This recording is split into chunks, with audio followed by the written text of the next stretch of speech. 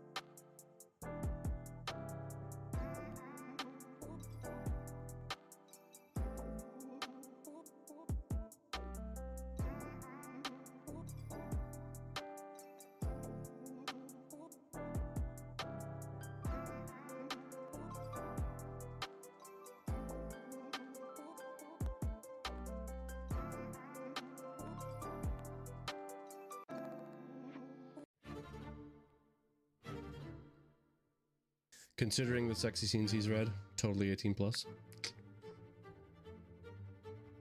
Don't you know who you're talking to?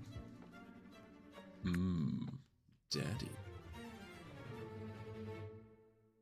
Strength to hold in what is trying to get out. Okay. Temptation. He lowers himself down between my legs and watches me closely as he pushes himself inside me. I cry out, moaning with pleasure, uncaring how feral and out of control I sound. Kyle moves slowly at first, kissing me so softly that I feel like I might explode. Then he pulls back and slams into me hard. I shall save you all from spiders. I'm an expert trapper and releaser. That's so sweet that you release them. I murder them.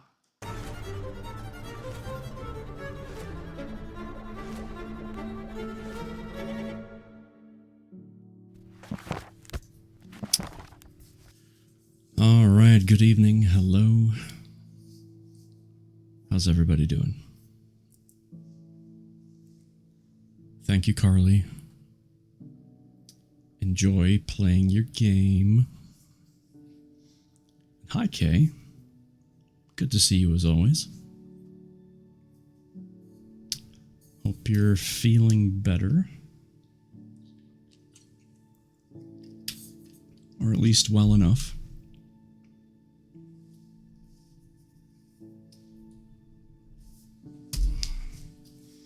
I hadn't got my book out. Hanging in there, how are you? I'm doing okay. I'm a bit on the tired side, still catching up from our time away, but yeah, doing all right.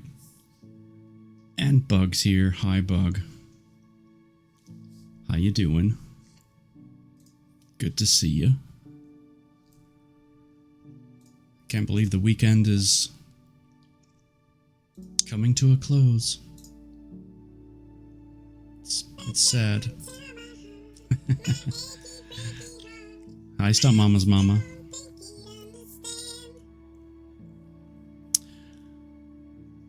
I don't know what's going on with my my camera, because I look like I'm in a dark room, but I am plenty lit. I've got tons of light on me right now, but it looks like everything is so dark. I don't really understand. Not sure. I did have some camera issues earlier, so that reminds me, the camera that I use for my push-ups, it works, but there was an update to OBS today, and I think it messed something up, because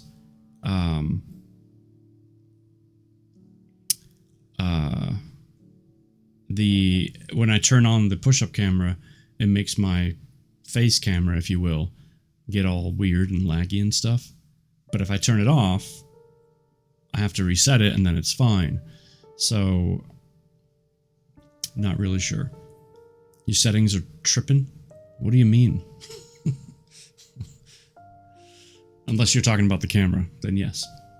You are right. Hey, Stomp Papa. Here and lurking. Have a great stream. Appreciate it, sir. I appreciate it. Yeah, it's, the camera's being super weird. And I didn't really have time to, like, troubleshoot like I normally would. So, yeah, I don't know. At least you can see me, and it's not stuttering or lagging or whatever. So we'll just we'll just go with it. How about that? Yeah. Not much else I can do, really. Other than just go with it. Right. Okay, just get that out of the way. Okay. So I got to go on a little vacation. Family and I took a couple days to get away. Consider it mood lighting. There you go. Yeah, I even tried messing with the brightness and stuff. I think it's something to do with the camera itself. Like when I had to reset it up. I don't know. It's really weird. But like I said, not really much I can do with it right now. Hey, Locust. What's up? Excuse me. Gosh, let's get those out of the way. Yeah, Carly is streaming right now. So, she's off playing with some friends, playing Grounded. Is it bedtime? Is it bedtime story time? Yep, it sure is. It's here. It's about to happen. But first, I wanted to share a quick 2-minute video with y'all, all y'all, just to show you what we got up to on our little getaway. Now, I had originally taken well over 160 pictures and videos, but I managed to trim them down and choose as many as I could for, you know, a decent video that wasn't too long. Sycophantics, hello. Looking for the commands. Yeah, I don't have too many, but they're there. There's some. I think I need to update my about section because some of them, when I redid my OBS, got, you know, messed with and removed. I'm laying down medicated, and so I'm really slow. That's okay. You're in the right place for slow. I'm drunk, so kinda medicated. Well, just don't do anything bad in chat, okay? And then you'll be all right.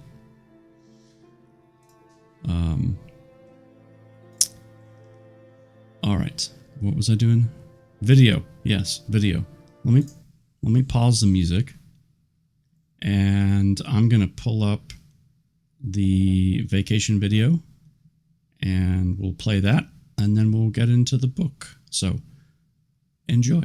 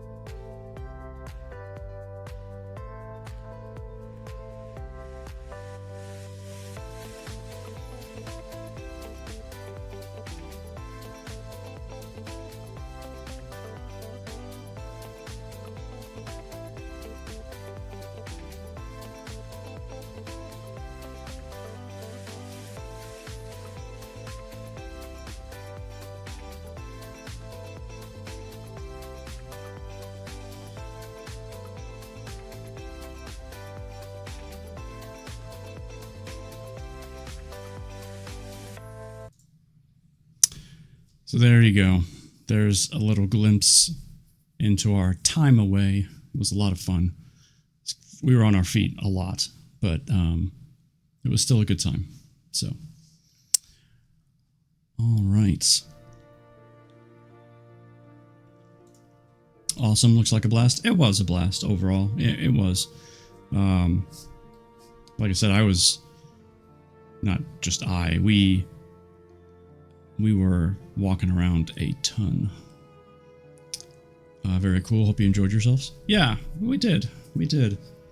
And it wasn't that far away from us either. It was like at most a 3 to 4 hour drive to get to the farthest point from where we are. And then from there, we just kind of worked our way backwards. Oh, gosh darn it. Gotta get these yawns out of my system. Ugh. Oh, let me show you your puzzle. This is your puzzle for tonight, if anyone is interested. I chose just over 400 pieces, so hopefully it wouldn't be too daunting if anyone tries to jump in. But it's there, if you so choose. In the meantime, it's book time. All right. Fantastic. Fantastic. I hope everyone's ready for Monday. Did I remind Jennifer? I did not. But I will right now.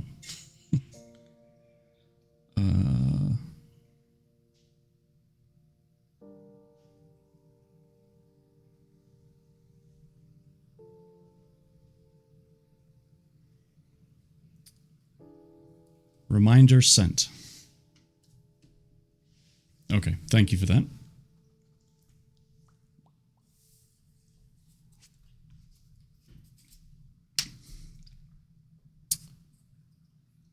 Okay, we're still in part 2. We're on chapter 14. In our printed copy, we're on page 201. And yeah. Oh. She says, "On my way." So you can take credit for that, Kay, when she arrives.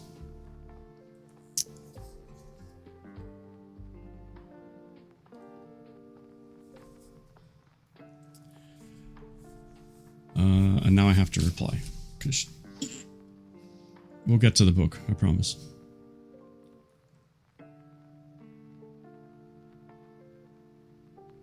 If I can type.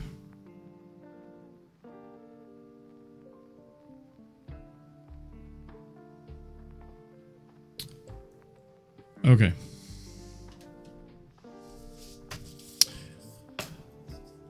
As we were.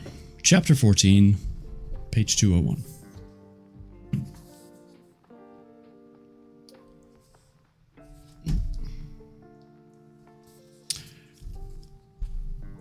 Our bodies are intrinsically connected to the rhythm of the seasons. The gentle out-breath of winter leads to the fervent inhalation of spring, and the return of warmth felt like sugar upon my tongue. I began to spend my days with my hand deep within the earth. The Wampanoag had returned from their winter longhouses, and I spent much of my time with the village, learning the gentle melodic tone of their language. Hi, Jennifer. They provided me with seeds for a garden, corn, beans, and squash, which I tended to diligently among the poor rocky soil, in awe of nature's steady determination. Summer's mid-afternoon heat pressed upon my back as I worked outside amid the plants that now brushed against my knees. The wind tossed my hair around as August sat beside me on the grass, gazing out at the sea. "Do you ever miss Europe?" I asked, settling down next to him. He reached over and clasped my hand, never taking his eyes off the horizon. "No. It was never my home." He turned to me, the intensity of his gaze reflecting the endless ocean. "You are my home, Jezebel." His sincere sentiments never lost their power over me, and my heart fluttered as I leaned into him, resting my lips against his temple. "And you are mine." The past winter had been hard, but we did not recoil into our own private grief. We sat together beside it like a fire until the wound no longer bled, and we were able to pay homage to the scars. Sitting with the ocean stretched out before us, I breathed in the powerful, tumbling roar of life as it continually renewed itself. Our years together had interlaced into a rich plethora of understanding between us.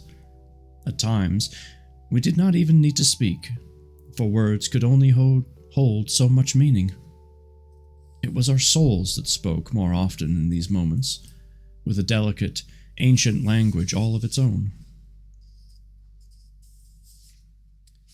And we have come to our first break in the story. This one being a longer break.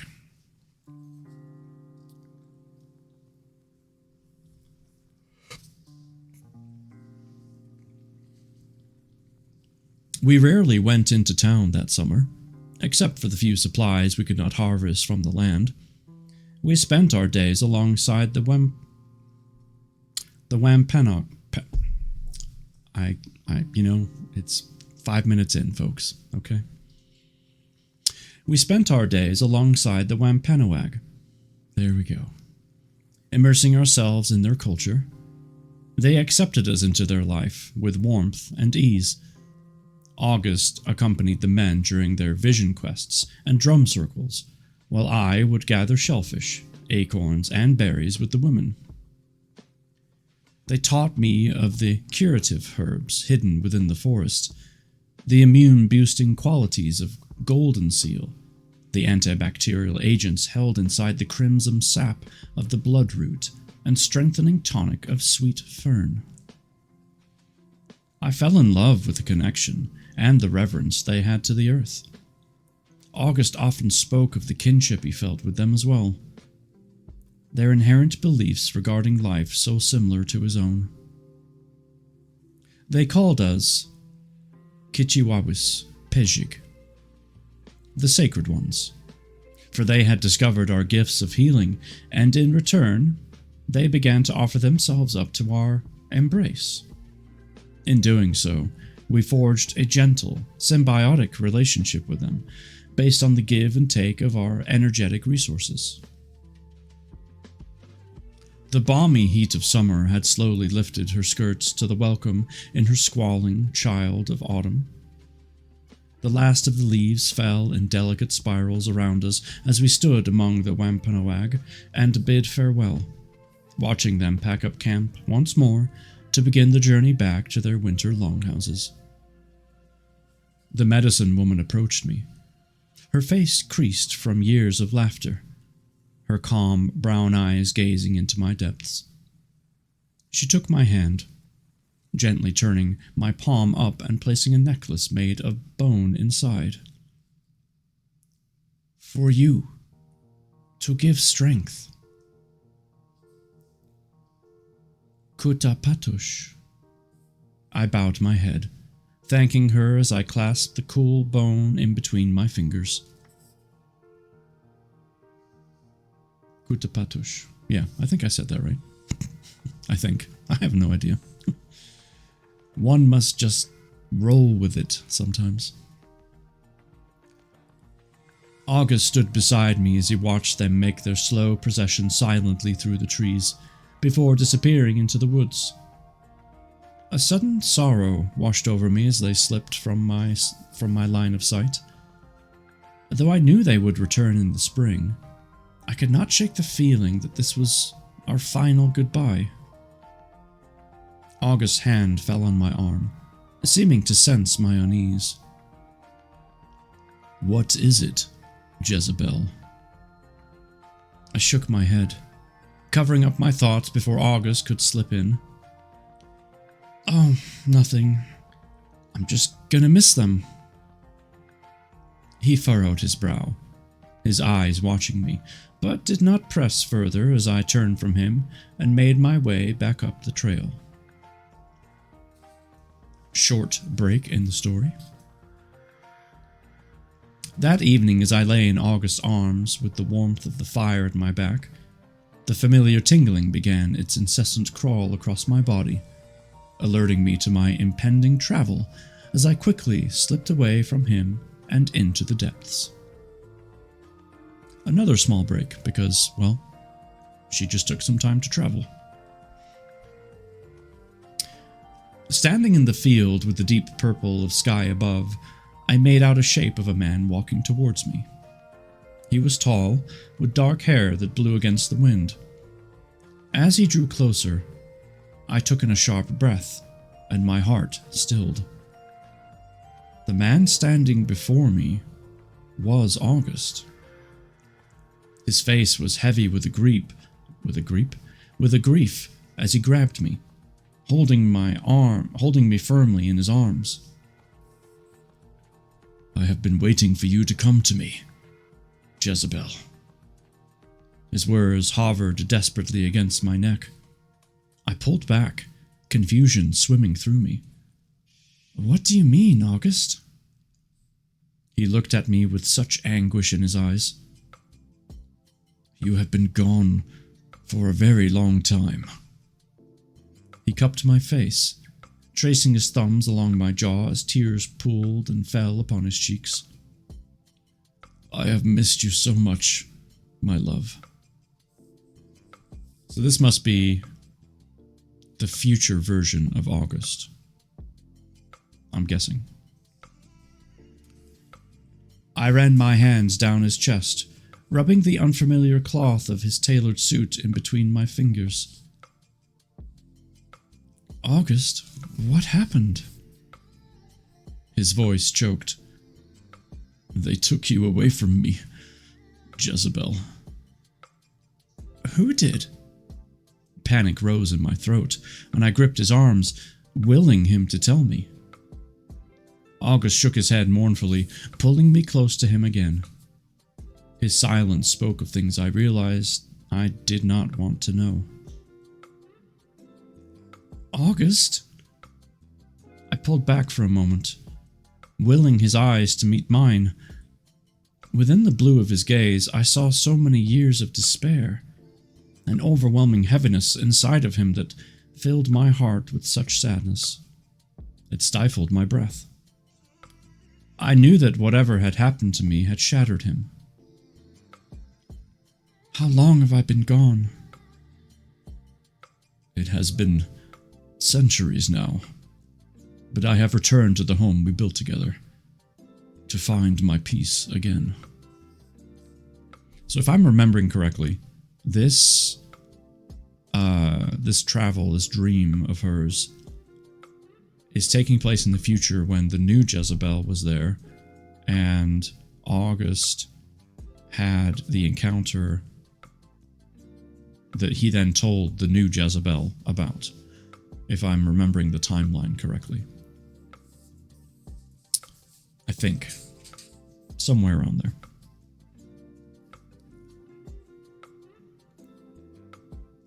This reality hit me like a heavy blow, but it wasn't the knowledge of my own death that sucked the warmth out of me. It was the crushing weight of August's pain, of all his time spent mourning me. It was a sorrow so large it encompassed all the space between us.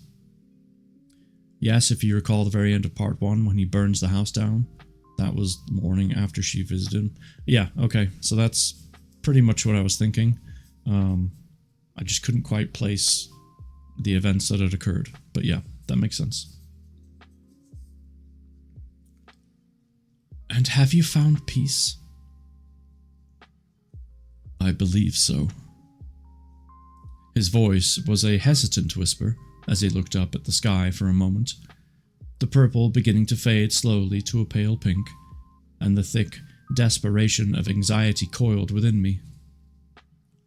Throughout my travels to this place of dreams, I had learned this was an indication that my time was soon running out. August turned to me with a look of tenderness, his face growing soft. I have met the woman who shares your name. She was the one you visited, the first time you traveled. My heart began to thump wildly in my chest as I thought back to that young girl with the dark eyes full of loss, and I was suddenly overcome with confliction that pulled at me with sharp claws. And this woman, how does she make you feel? The question tumbled unguarded from my lips. His gaze penetrated me with a mixture of sorrow, colliding against a faint glimmer of hope. She makes me feel alive again. The thought of him with another was like trying to swallow a strong tonic. It tasted bitter going down, but I knew he needed this love in order to repair himself. And in that moment, I realized that it was her who held the key to August's healing, that giving her my name had not only been for her benefit, but for August as well, like a tender thread binding us all together. Good. You must hold on to that. I placed my hand on his cheek as tears sprung from my eyes. I do not have much time left. No, Jezebel, please. He grew desperate as he clutched me, kissing my face with trembling lips. You must let me go. Now. I do not think I ever can, he whispered against my cheek. August. I could feel the tingling upon my skin, my body beginning to pull away from him. August's eyes gripped me. This pain that coiled around him was a weight I knew he had to unburden. Please, you have to release me. I cannot bear the thought of you suffering any longer. Reaching up, I tenderly ran my hand through his wind-blown hair. I believe that you were destined to meet this woman. Let her give you your life back. I suddenly felt something small and hard in the palm of my other hand. Looking down, I realized I was clutching a tiny seed. My hands seemed to move on their own accord as I placed the seed onto his open palm, closing his fingers delicately around it. It's time to start a new life. I pulled him to me tightly as the rush overcome my body. Wait! His voice was frantic and pleading as he grabbed onto my arms. You can't go yet. What if this fate can be changed? It is too late, for you already exist in a time beyond me. I managed to whisper before I slipped away from him, my body shifting into a translucent mist. Jezebel. My name on his lips was a mournful goodbye that followed me like an echo as I tumbled back into the darkness. And we've come to another break in the story, just a short one.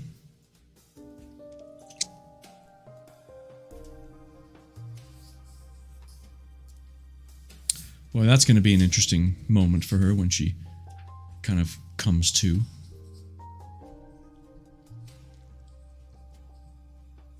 My eyes opened to a room filled with grey shadows. The fire burned low in the hearth, as its embers glowing a deep blood red. August's hand rested softly against my chest, and he so often did whenever I traveled, feeling for the strong, steady beat of my heart returning to him. Welcome back. I curled into the warmth of his body, heavy with the realization of what visiting him had meant. August sensed my unease and ran his fingers through my hair, placing his lips softly against my cheek. What is it, Jezebel? Who did you visit this time? I shook my head, the truth suffocating me. I could not bring myself to tell him, and for the first time, I drew up a wall between us, shielding my thoughts from his. Someone who carried a lot of pain within them. I suppose it took a lot out of me. I smiled weakly as I pulled him close against me. I need to rest now. August held me, cradling my back against his chest as he pulled up the blanket and wrapped his arms around me, the warmth of his voice a delicate whisper on my neck. You get some sleep, my love. Staring into the fire, the flames flickered and danced before me. Yep, that tasted purple. I purple, as silent tears slipped down my cheeks, staining my skin with sorrow. Another quick break in the story. This is the final final paragraph of the chapter. For days, I carried this weight, trying to comprehend the meaning of my own fragile fate. It was not death I feared as much as August's pain. So I buried these thoughts deep within where he would not be able to uncover them. To conceal this hideous truth from him was a secret and a lie, but I did not want whatever precious time we had left together to be tainted with anguish and fear of what had become so clearly inevitable to me now. I took this visceral sorrow of knowledge and wrapped it up tight, releasing it to the wind, hoping it would carry it far from us and give us more time. And that concludes chapter 14. I gotta say, I'm a little surprised, Jennifer. That's the first chapter we've read in a while where some sort of sex act didn't happen.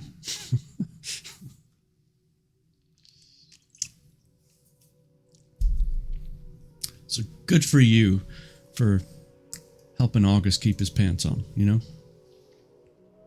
Good job.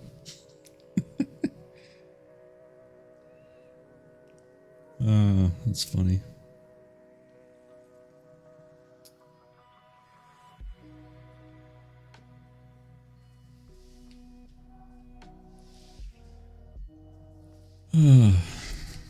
That probably just means there's going to be like double the amount coming up or something. I don't know. But it still cracks me up. Oh, man. Well, I hope everyone's doing well after our first chapter.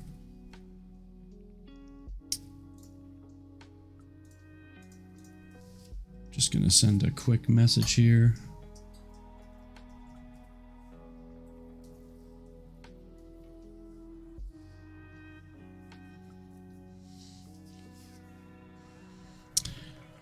All right, we're going to get into chapter 15 now. Carly, what's your language? Super. Atkinson. 9 months. Dude, thank you so much. We just had a Twitch baby.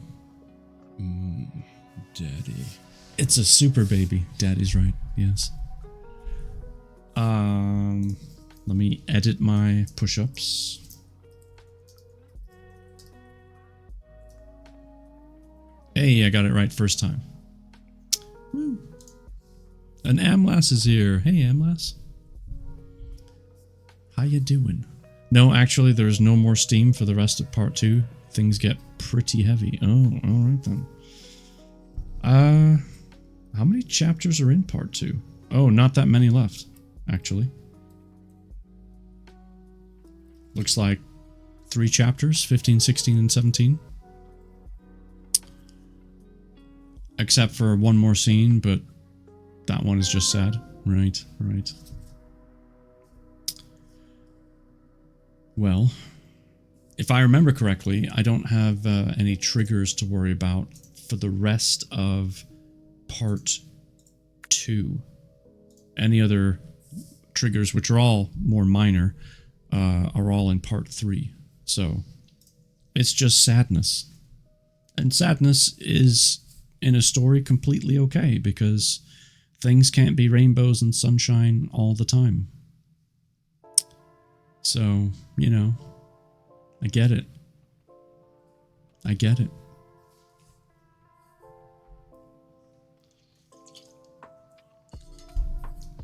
Sometimes I think of it as a sad tax. You know, you're happy and things are great for a while, and then you have to pay the sad tax. So it's a miserable way of thinking about it, but sometimes that's just how life goes. It gives us perspective. Yes, you are right. That it does. All right. Well, then let's just get on with it, shall we? We wouldn't feel happiness if there was no sorrow. That is true. We wouldn't know the difference. If there was no range in emotions, we'd just be, well, robotic. Some days, getting off topic, some days I am totally okay with the idea of being robotic. That would just be fine. Like, just flick the switch, turn off the emotions, just coast through the day. You know, take a break, because emotions, man, they can be overwhelming and tiring and all of the above. So yeah, to ignore those for a bit, great. But you wouldn't want to do that forever, that's for sure. Alright, anyway. On to chapter 15, page 207.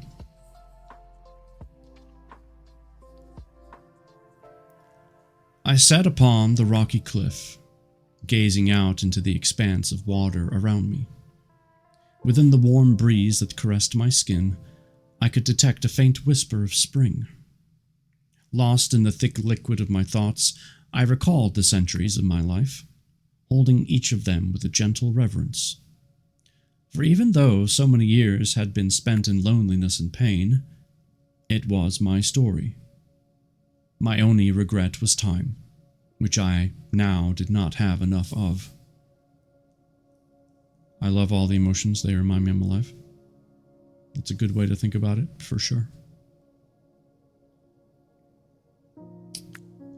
I had never been able to understand why people consumed so much of their lives running from the only impending certainty of life.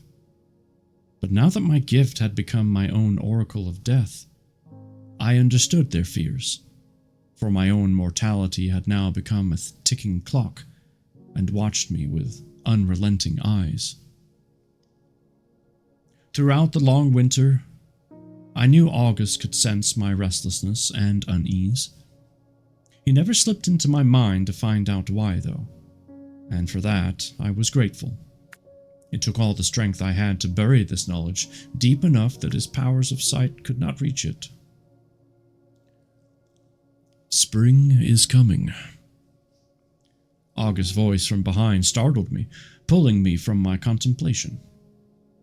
I turned to him, the hesitant sunlight touching his face, resting on the curve of his full lips. How I longed to curl up forever within the shelter of him, to bathe in the richness of his love, which spilled forth from the depths of his eyes in an endless abundance. My heart trembled, and I choked down the sudden tears that threatened to surface. How much time did we have left together? I took a deep breath of composure and stood. Sweeping dirt from my dress, I entwined my arms around him, breathing in his rich, earthly scent. Yes, I feel it too. Jezebel. He leaned down and met my gaze, full of a sudden gravity as his fingers gently brushed across my cheek. We need to leave this place. His words hit me like a blow, sucking the oxygen from me. The crushing weight of sorrow gripped me tightly as the thought of what he now knew. What have you seen, August? My voice came out in a tangled whisper. His hand slid up to my shoulders, clutching me with an alarming intensity. The vision has not been clear to me, which is unusual. He furrowed his brow and gazed out to the expansive sea for a moment, as if grappling for answers. What I do know is that something grave is impending upon this place. I stared up at him with the sudden realization that he now shared my knowledge, still obscure and undefined to him, but pressing. Yet, I still could not bring myself to divulge the full weight of this truth. For when I looked into his eyes, there was a strength there, and it was like a raft I desperately clung to. I could not bear the weight of his anguish. I needed to feel as if his strength could save me, even though the voice inside, which persisted like a low, droning chant, told me it would not. It was all I had left. Illusions of safety, tangled among the truth. August's face grew troubled with apprehension. I have not wanted to alarm you, and I know you do not want to leave this home that we have made for ourselves, but for your safety, I feel it is imperative that we depart as soon as possible. When are we to leave? August stared back at our house, the one we had spent so much time building together. The years full of fervent dreams for a new life, nestled among the structure of cedar and oak. I nodded as a precipitous thought rushed through me. Could I have the potential to change my fate? It was a sudden and tentative bud of hope pressing out against the chill of the snow. I will prepare the ship and stock provisions. We will leave in 2 weeks' time. Yeah, something tells me that 2 weeks was 2 weeks too late. At this point, we are at a long break in the story. Man, my mouth is like super dry tonight.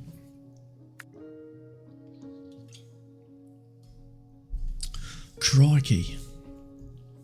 Okay.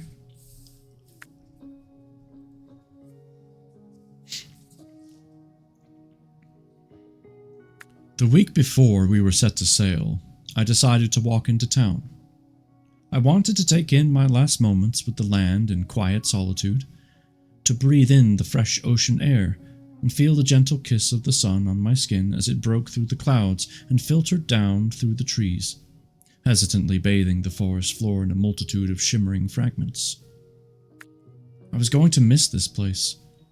It had an ancient, wild beauty to it that made me feel at home.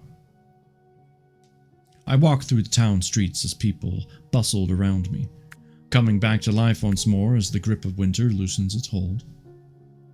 Women passed by, their heads nodding in greeting. Men tipped their hats at me, most of them with a lustful glint in their eye, which I had grown accustomed to, the force of their desire like a silent demand. August had always taken it in with slight amusement. He said I exuded a wild sensuality unfamiliar to them, but because of this attention, I was weary of their gaze. Opal had remained the only one we had ever embraced among the settlers. I headed in the direction of a shop selling cookery and cloth, the front window neatly displaying the artifacts of domestic essentials. I was seeking to purchase some fabric for a dress when I heard a scuffle, a sudden altercation of angry raised voices pulling my attention away from the store and to the street behind me.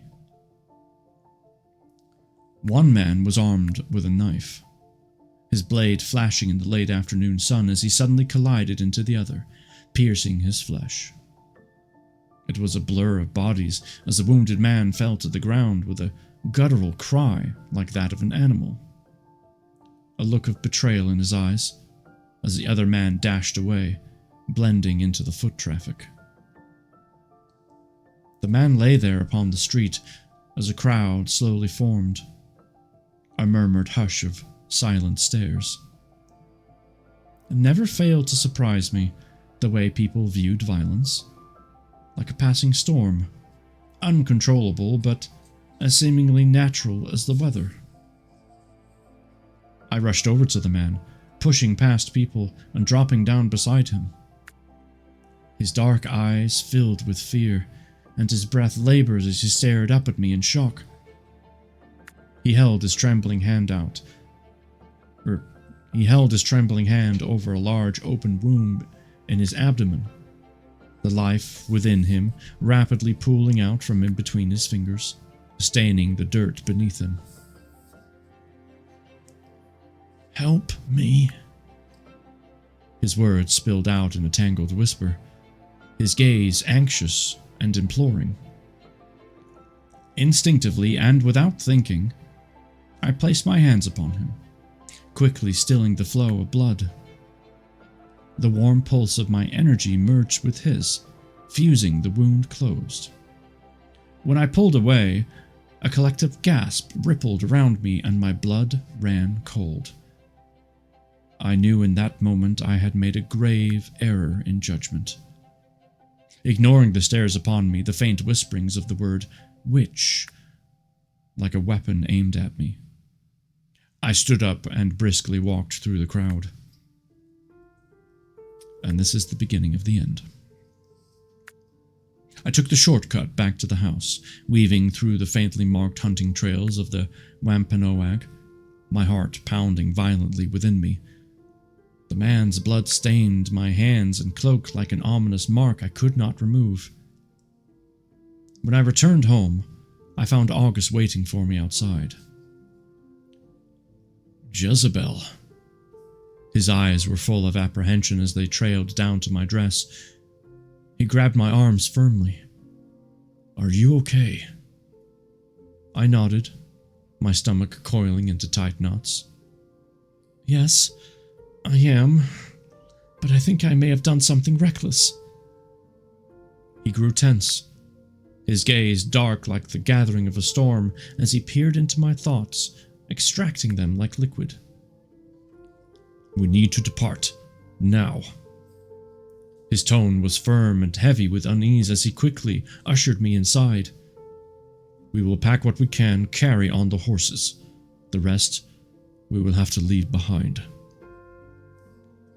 August. I stared at him where he stood by the window. The sun was beginning to drop low against the horizon, casting shadows around the room. Just tell me, what did you see this time? Oh wait, no, that was her, sorry. Just tell me. He walked over to me, taking my hands in his. Our gifts must never be exposed like that. People do not understand. What you did was extremely dangerous. I pulled away from him, a multitude of emotions boiling within. Don't chastise me, August. What was I supposed to do? Leave him to die in the street? He shook his head, his eyes full of sorrow. I know you are trying to atone for your past indiscretions, but you cannot save everyone. Sometimes, you must make a choice. Small break in the story. We began to gather our essentials, packing only the things we needed into bags which sat waiting by the front door. In a few short hours, we were to depart, taking the long, snaking trail of the Wampanoag down into town. Under the cover of darkness, we would embark upon our ship, sailing out of port and into the east waters of the Atlantic towards France. I stood beside our living room window, staring out at the endless expanse of sea as a heaviness gathered in my chest. August came up behind me and wrapped his arms around my waist, stilling the nervous beating of my heart.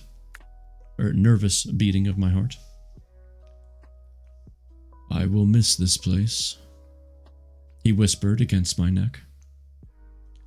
I nodded as tears welled up in my eyes. Everything felt so sudden and final. Me too. The sound of horses approaching disrupted the quiet within the house, the beating of hooves upon the ground, and the murmured voices of men as they dismounted. August bristled and released me, quickly striding to the entryway as a violent knock resounded upon the door. Rampage, what's up, man? Good to see you. Hope you have a great weekend. I did, thank you. I hope you're doing well. Standing in the shadows, I watched as he opened the door to three imposing men who pushed their way forcefully inside. Can I help you with something? August's voice was thick with a controlled anger. Going anywhere? A tall, dark-haired man sneered at him. Jeepers, helps if I can see the word. Sneered at him derisively, his eyes scanning over our bag sitting beside the door. His pronounced brows accentuated the air of superiority he carried with him, like the heavy scent of a predator. August remained silent, his eyes growing dark. We are here for your wife, the shorter man standing next to him said, his beady gaze falling on me, thinning hair plastered against his ruddy complexion. No, you are not. August spoke in a low warning tone as he moved towards the man. The rough hands of the third man suddenly grabbed me from where I stood in the hallway. Having slipped himself past August, he locked my arms behind my back. The smell of whiskey and unwashed linens. Nope, that's not a thing. Unwashed linens assailed my senses as he dragged me to the doorway. "Get your filthy hands off me, you bastard!" I hissed at him, struggling with his strong hold. "Feisty one, are you?" I'm telling Stunt Mama. "You just gonna rat on me like that?" Dude, I thought we were bros, man. When you think you know a guy. When you think you know a guy. His breath fell against my neck, sending shivers of repulsion throughout my body. His fingers tightened their grip on me, sending a sharp pain through my arms. The tall man spoke once more to August. "I'm afraid, sir, that your wife here has been accused of witchcraft. She must come with us now." August suddenly moved with blinding speed and grabbed the tall man, slamming him roughly up against the wall. "You are not taking my wife anywhere. You will release her this instant. Then you will get back onto your horses and leave. Do you understand me?" As August spoke, his voice remained eerily calm, and I could see something beginning to shift within the man's dark eyes as he pulled him into his powerful gaze of hypnosis. But I knew it was futile. We only had the ability to sway the singular consciousness of another, and we were far outnumbered. The sound of a metallic click filled the room. The short man stood behind August, pointing a pistol at the back of his head. I stopped struggling. My heart stilled, then began to beat violently within my chest, panic coursing through my limbs. "I would advise you to release my friend, unless you would like me to put a bullet through your head." "August, stop. Let him go." He turned to me, his eyes full of sorrow and anger. "Please," I begged. "It would be wise of you to listen to your wife." The man spoke in a low growl as he pressed the revolver tightly up against August's head. "There are 3 more of my men waiting outside that would be more than happy to assist me if I so needed." August's hands dropped to his sides, and the man slid to the floor, looking dazed. The other 2 men held me firmly in their grip and ushered me through the door. My name came out at a strangled rasp upon August's lips as they pulled me away onto the waiting horses outside. Turning around, I frantically called back to him. "It's going to be okay, August." But I knew deep in my heart that was a lie. This was my fate, laid out bare and ugly before me. There was no escaping it now. And that ends chapter 15.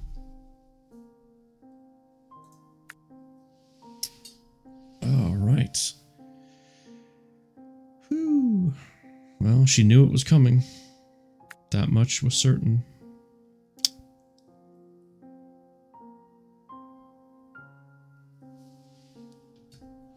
Okay. Glad I have tissues. I fear I will need them. Drink, yes. More drink. Solid plan. Solid plan.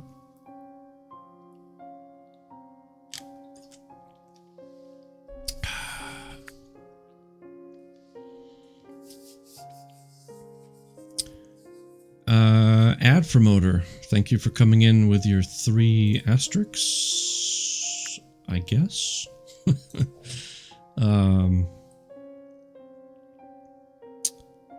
Not sure what that meant. Unless you were trying to place a link, which therefore got banned, and then you probably bounced out of here. I should probably check. Yes, I believe you have vanished. You got lucky this time. Wait, did you vanish? You didn't vanish, you're still here.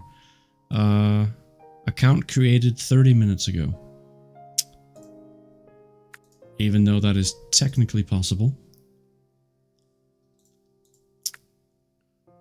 I'll give you a few moments to say hi, hello, how's it going? Something like that in the chat.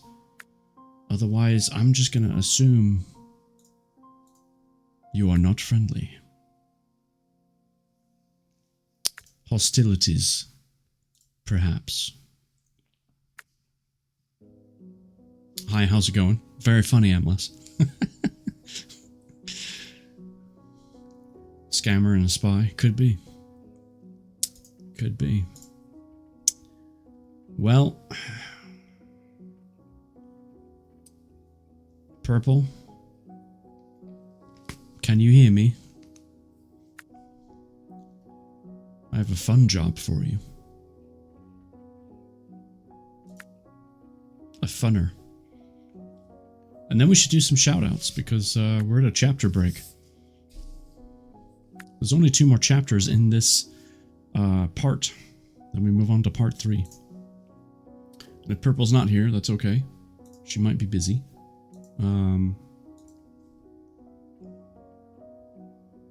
I will just take care of it myself.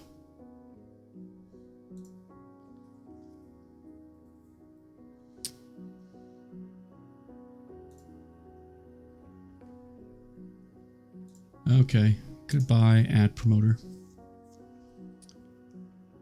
We're good at doing it popsicle. Yes, don't we all?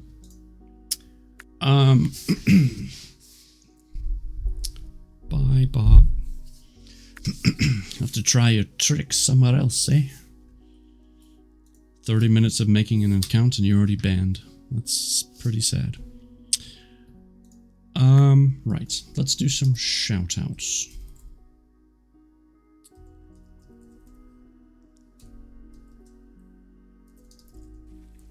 We're just playing till either one of us wants to tap out.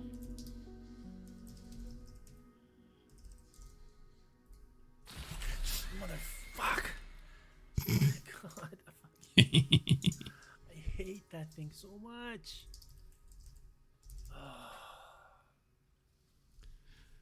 Oh, we love you, Super. You're a good guy.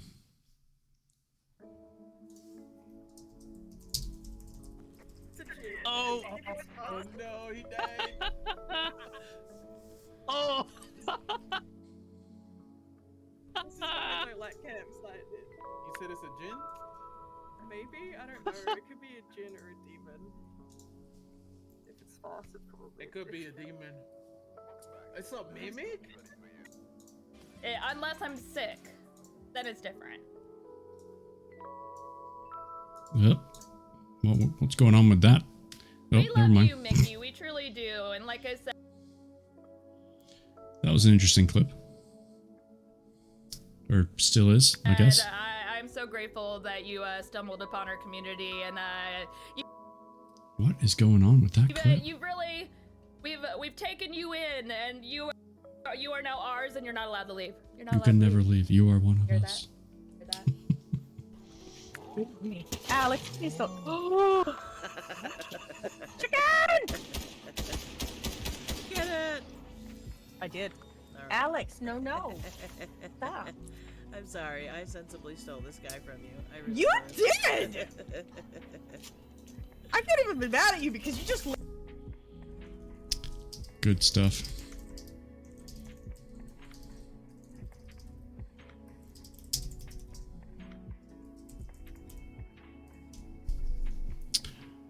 All right. Pick up the book. Okay. Well, chapter 16 and 17 aren't going to get any better. So we just got to do what we got to do to get through it and push through to part 3. So let's just do it, okay? Hey, Carly.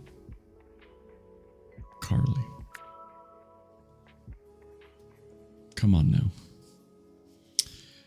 All right, chapter 16, page 214. Within the brick tomb of the prison cell, rain trickled down the walls from the cracks in the ceiling above me, punctuating the room with the steady drip of water against stone. The scent of mildew hung in the air, and my skin was chilled and damp. The only light came from the muted glow of a candle down the hall. The faint rustling of straw and an occasional wet cough stirred the silence around me, alerting me to the fact I was not alone, that I shared space with another's tangled misfortune. A lonely solidarity born from despair. My mind traveled to August, and a choked wail spilled out of me. My gut wrenched with the thought of him and his pain, so acute I could feel it as if it were my own. Though we were apart, and our thoughts could not touch, I sensed him reaching to me, beating against the walls of my heart. Time had begun to take on a different meaning for me now. My breath I counted like the hands of a clock. I did not know how long I sat there within the cell, whether it was day or night. Occasionally, a guard would come by, the ominous thump of their boots echoing against the brick walls. Swinging open the heavy iron door, they would throw me some food on a tin plate. But they did not want to get too close. I could sense their fear, and it had a pungency to it like the thick taste of metal in my mouth. I did not bother consuming the rations they dispensed, and the weakness that crept over me was not from lack of food. The sound of voices down the hall jarred me from my thoughts, and I scrambled upright. August's presence was like a warm light, illuminating the chill around me, and my heart accelerated in relief at the thought of seeing him. 2 men stopped in front of my cell. One was a guard I had never seen before, a flicker of kindness within his eyes. The other wore the dark robes of a priest, and behind them stood August. "Your husband has been very insistent on seeing you, and he appears to have some friends in high places." The guard nodded in the direction of the priest by his side as he unlocked the iron door, swinging it open with a loud creak. "You have 10 minutes. The door closed shut behind us with a bang as the sound of footsteps receded down the hallway. August rushed towards me, gathering me up tightly into his arms. My legs buckled beneath me, and we sunk slowly to the floor. The feel of him against me, his scent and presence, so solid, was an anchor among the turbulent waters of my mind, and I clung to him as if he were my heir. "I'm going to get you out of here." His voice was a frantic whisper in my ear. His lips found mine and tenderly kissed away the fear that had been ripping at my flesh. "Oh, Jezebel." He grasped my face in his hands, pain etched deep within his eyes. "You are in much need of an embrace." He ran his fingers along my lips before lightly pressing his hand against the back of my head and pulling me close to the warmth of his neck, to the beautiful pulsing beat of his heart. I fell into him with a desperation, our limbs intertwining upon the hard ground. He shuddered and quietly wept against me as I slowly drew out his essence. His devotion, what? Noob. The man, the myth, the legend. Thank you for your prime, sir. I appreciate it. I will add 5 more push-ups to my count once I hit a pause point. Thank you, sir.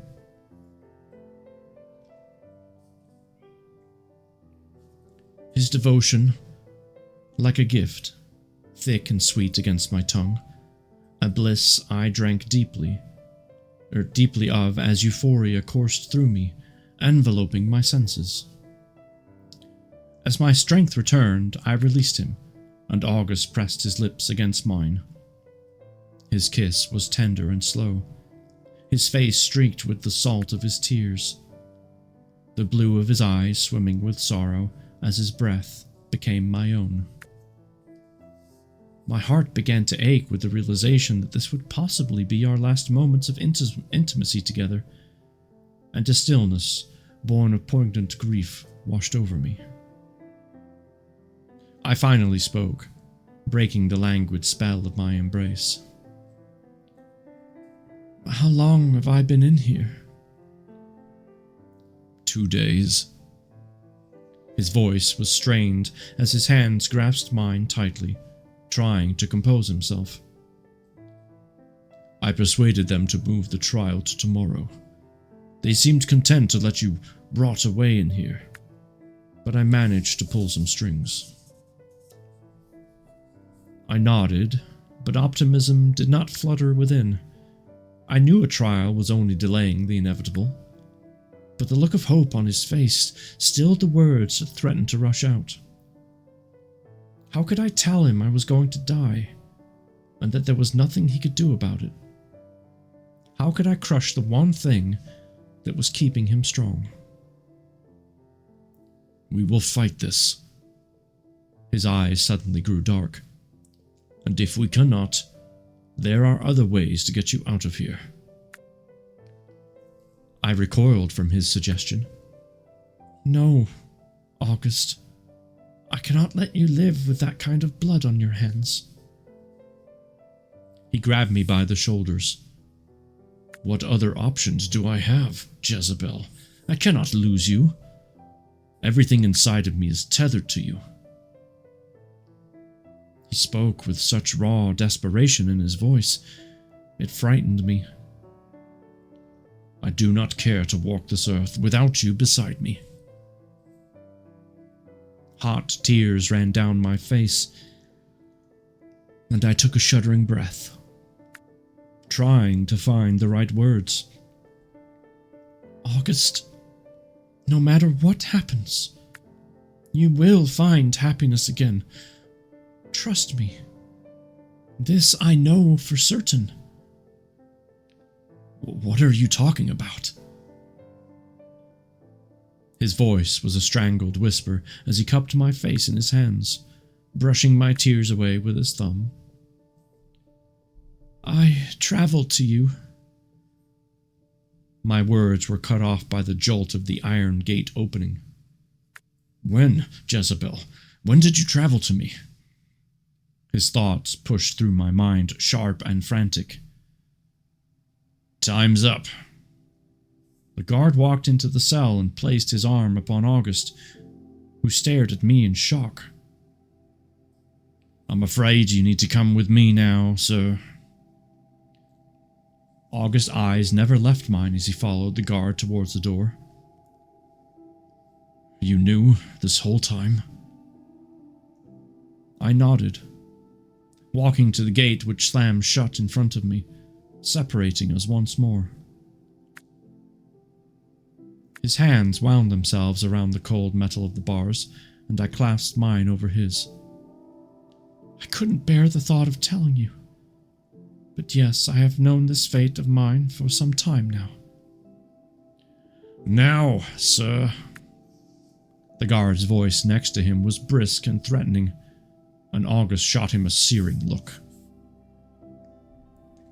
Fate can be changed, Jezebel, he said, turning to me, his voice full of determination. I pressed my lips to his fingers before they slowly slipped from me, and the tall, graceful form of him retreated from my sight, leaving me alone once more. Oh boy.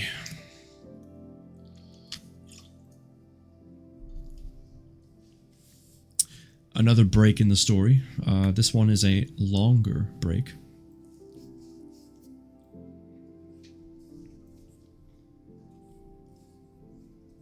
The small church was packed with the suffocating warmth of bodies. The murmur rose in volume as two men escorted me through the doors up to the wooden stand. With my legs in shackles and my hands bound in front of me by thick rope, I scanned the faces among the crowd for August. The loud knock of the gavel rang through the air, calming the sea of hysteria that had begun to build within the room. The hisses and jeers like a slap against my skin. "Silence!" The judge's voice rang out. "We are gathered here today to witness the testimony against Jezebel de Sanguine, who stands before us on trial for witchcraft." The sound of the door bursting open startled the judge's speech as the imposing figure of August stepped into the room. The harsh clip of his boots rang through the silence as he walked to the front of the pews and took a seat beside the stand where I stood. His eyes were somber and filled with a dark intensity that seemed to bring a chill upon the judge, who cleared his throat nervously, appearing to instinctively avoid eye contact with him. "As I was saying, may the first witness step forward." A short woman rose from the crowd, her white cap obscuring her face as she walked to the front of the room. "I was there that day in the marketplace, Your Honor. I saw with my own eyes the work of the devil upon her." Voices began to whisper to a frantic crescendo. The judge rapped his gavel against the wood to quiet the room once more. "Next witness, please." People filed up one by one. Tales of witchcraft and sorcery spilled from their mouths like poison. Wives accusing me of seducing their husbands in the streets with nothing more than a mere glance. Then, a tall, thin man stepped forward. Blonde curls framed his familiar face. His dark eyes filled with the same fear he held when I had crouched beside him as he lay bleeding upon the street. "Your Honor, this woman," he pointed to me with misplaced malice born from the wild frenzy of collective suggestion, "is the devil, and I have been marked by her." A chorus of frantic shouting assaulted my ears, fingers pointing at me, faces contorted in fear and anger. The insanity hung so thick in the air I felt as if I were going to choke. "Enough!" August's voice reverberated through the room, bringing a sudden hush upon the crowd. He turned to the judge, piercing him with his gaze. "Let my wife speak now." The judge nodded and motioned for me to talk. I stood tall and looked upon the man standing in front of me. "I saved your life, sir. What you saw, what you all saw that day," I swept my hand across the room for emphasis, "was not the work of the devil, nor was it witchcraft. I am neither a devil nor a witch. I am a healer. If I had not been there that day, this man standing before us would be dead. You sit here and want to condemn me for saving a man's life? I ask you this as good Puritans. Which is more important to you, the removal of what you do not understand, or the sanctity of human life? Was Jesus not a healer? Who laid his hands upon the ill? Was he not persecuted as well? Do we want to replicate the sins of our ancestors? Or can we rise above our past and start a new understanding here within this new world? My words settled across the room, quieting the people around me. Some of them looked down upon their lap in shame. Others shifted uncomfortably within their seats, until the raspy voice of an old woman shouted out, "Lies! All lies! The devil speaks in tongues!"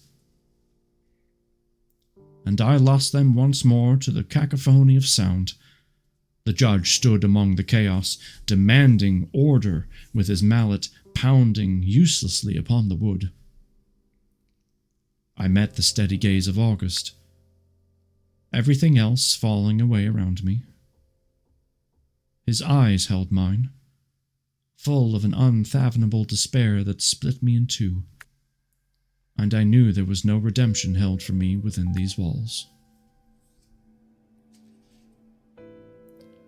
And that ends chapter 16.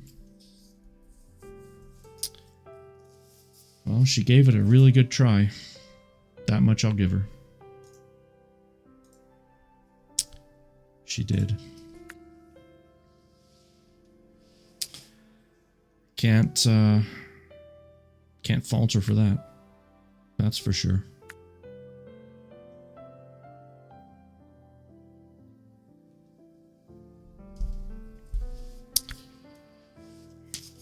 And unfortunately, we know how the chapter ends, right? I mean, at least to a degree. We don't know all the details yet, but we pretty much know the ending. I gotta say, Jennifer, the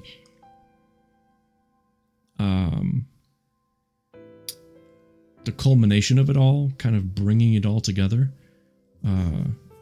tying in the little pieces of the future from, part one into this now present moment. Very cool. Or technically past moment, because it's, you know what I mean. Very well written is what I'm trying to say. So, good job.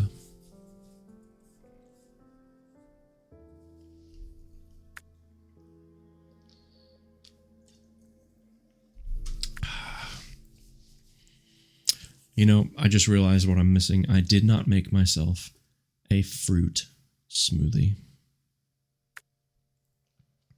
And now it's going to have to wait. So, oh well. All right, chapter 17. This is the final chapter, part 2. Okay? So here we go. For shame, I know. Page 220, chapter 17. As the judge called a recess to discuss my verdict, I was roughly escorted back to my cell. My life had suddenly been thrust into the weakened hands of ignorant, fearful men, and I swallowed back my anger, which threatened to rise, hot and bitter like bile in my throat. Pacing the cold stone floor, my thoughts traveled to my mother. A memory, suddenly vivid. It was as if her rich voice was beside me in the darkness of my cell. Thank you for the lyric, Papa J-Dub. Jezebel, my dear. She had spoken to me in a hushed whisper. One day you will begin to change. But you must heed caution with your gifts, for people are full of fear and will not understand them. She had been brushing my long red hair by the fire, the flames crackling and hissing beside us. For centuries our kind has been accused. The words thrown upon us will change, but the repercussions remain the same. I found it strangely fitting in a way that I should suffer the same fate as my parents, for I knew what the verdict was. I had known before it had even begun. Although August had remained hopeful, his grief shrouding his ability to reach out and see what was written upon the future. I feared this fate of mine could not be altered. A small break in the story. A heavy silence hung in the air of the courtroom. The rustling of bodies, an ominous whisper, as I was led back upon to the stand. August sat rigid in the pew, his gaze fixed and unmoving upon me. Hope had drained from him, and his eyes swam with a sorrow that seemed to claw desperately at the space between us. The shroud had been thrown back, and I knew that he now saw my fate clearly as well. We were caught and tumbling in a force beyond our control. Supernatural, what's up? Thanks, I still have no idea how I managed to tie everything together. Well, you figured it out, so good job for you. Hi, Supernatural. There's 2 supers in here now.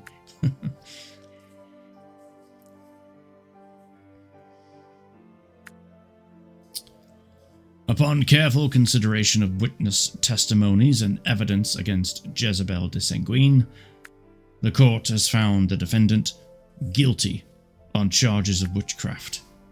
She will be sentenced to death by hanging tomorrow morning.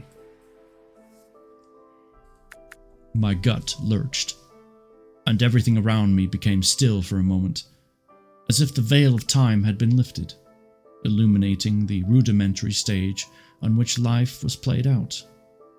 The cast of characters suspended and awaiting their next line. The gavel rang out, jarring me back to myself, and the rough hands of the guards pulled me away from the stand among the sudden uproar in the room. August remained still, as if frozen in shock, tears falling from his eyes like tiny rivers.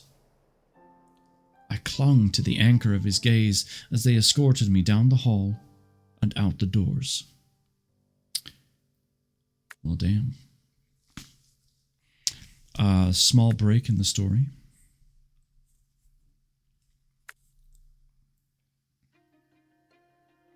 Life is a tender shoot emerging from the heavy weight of the earth.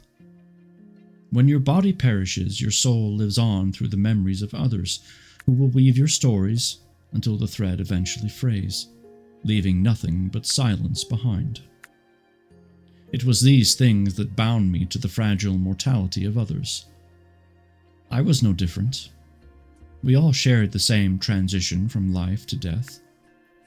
Time really having no relevance in the end. It is only the stories we leave behind that give substance to life. That was very well written. That was really good.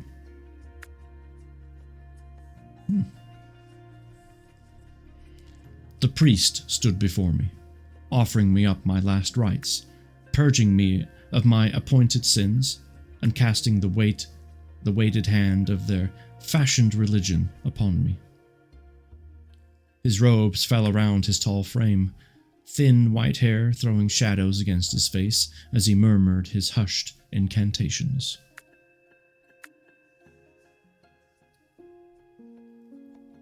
May I see my husband now? He looked down at me with pity in his clouded eyes and nodded solemnly before retreating out of the cell and down the hall.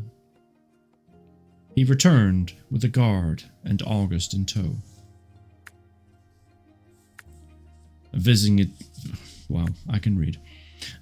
hours are over, but by request of the priest you have been granted permission. The guard spoke briskly as he opened the door and let August step through. We don't have much time, August whispered as he wrapped me up within his warmth, stroking my hair gently as my tears soaked the rough wool of his coat. I'm so sorry, was all that came out of me as I shook against him. He ran his hands along my back. Our love transcends all this.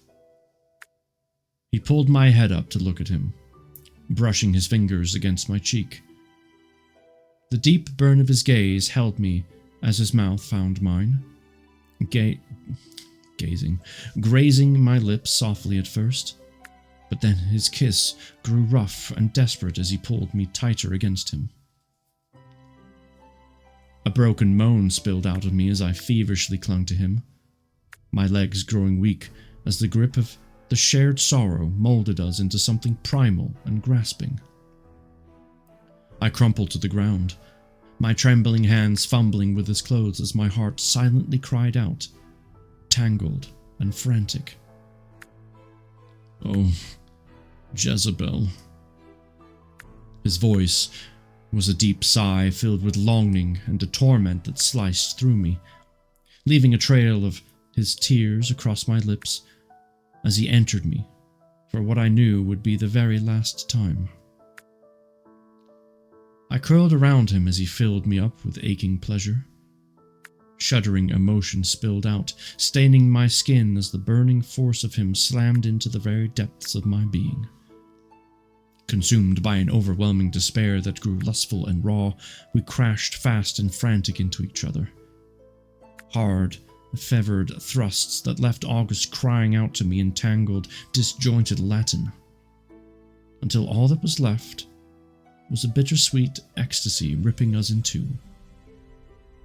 Everything else faded away as we held onto each other, as if the very husk of our bodies could merge into something made of wings, transparent and full of light. And for one sublime moment, I grew weightless, transcending the cold, dark reality of the cell we lay in together. Grief is a rough animal, tearing at your flesh, but inevitably, one must succumb to the burden of it, allowing the soul to sit with the pain that flails in hopeless desperation. The soft breath of realization in a balm upon that wound, a balm upon the wounds. It is cleansing and purifying, a sacred ritual of release. We lay together beside this beast of grief, our tears mingling upon the flush of our skin, as we allowed the delicate, ragged breath of impermanence to settle over us. August's hand softly stroked my hair, his mouth tasting the tears upon my cheeks. This is not over, Jezebel. I'm not letting you go. August's voice was a desperate whisper as he ran his finger along my jaw, forcing me to look at him. But all I could do was sigh and shake my head, my body tender and worn, ready to relinquish this heavy misfortune. I was too tired to fight the inevitability of it any longer. I wrapped my arms around him tightly as the sound of footsteps drew closer to the cell once more, signaling the end of our time together. The door clanked open as August pressed his lips against mine one last time, soft and full of love. A goodbye, spoken through skin, before he was yanked away from me. I tasted the salt of his tears upon me while I lay in the darkness. My fingers hovered over my lips, tracing the remnants of his touch, like the ink of a tattoo, while the fragility of my existence counted time, awaiting the cruel and mocking light of morning. And that's where we find ourselves at another small break, probably where the light has found us.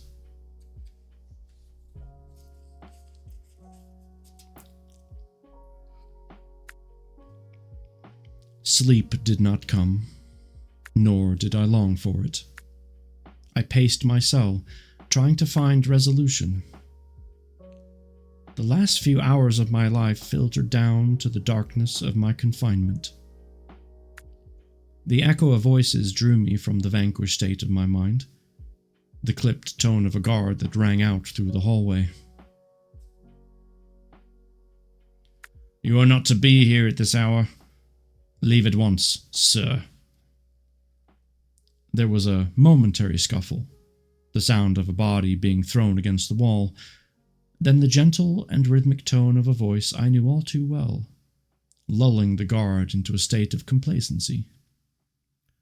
August appeared like a shadow behind the bars of my cell, holding a key in his hand. I ran to him as the gate squeaked open, throwing myself into his arms.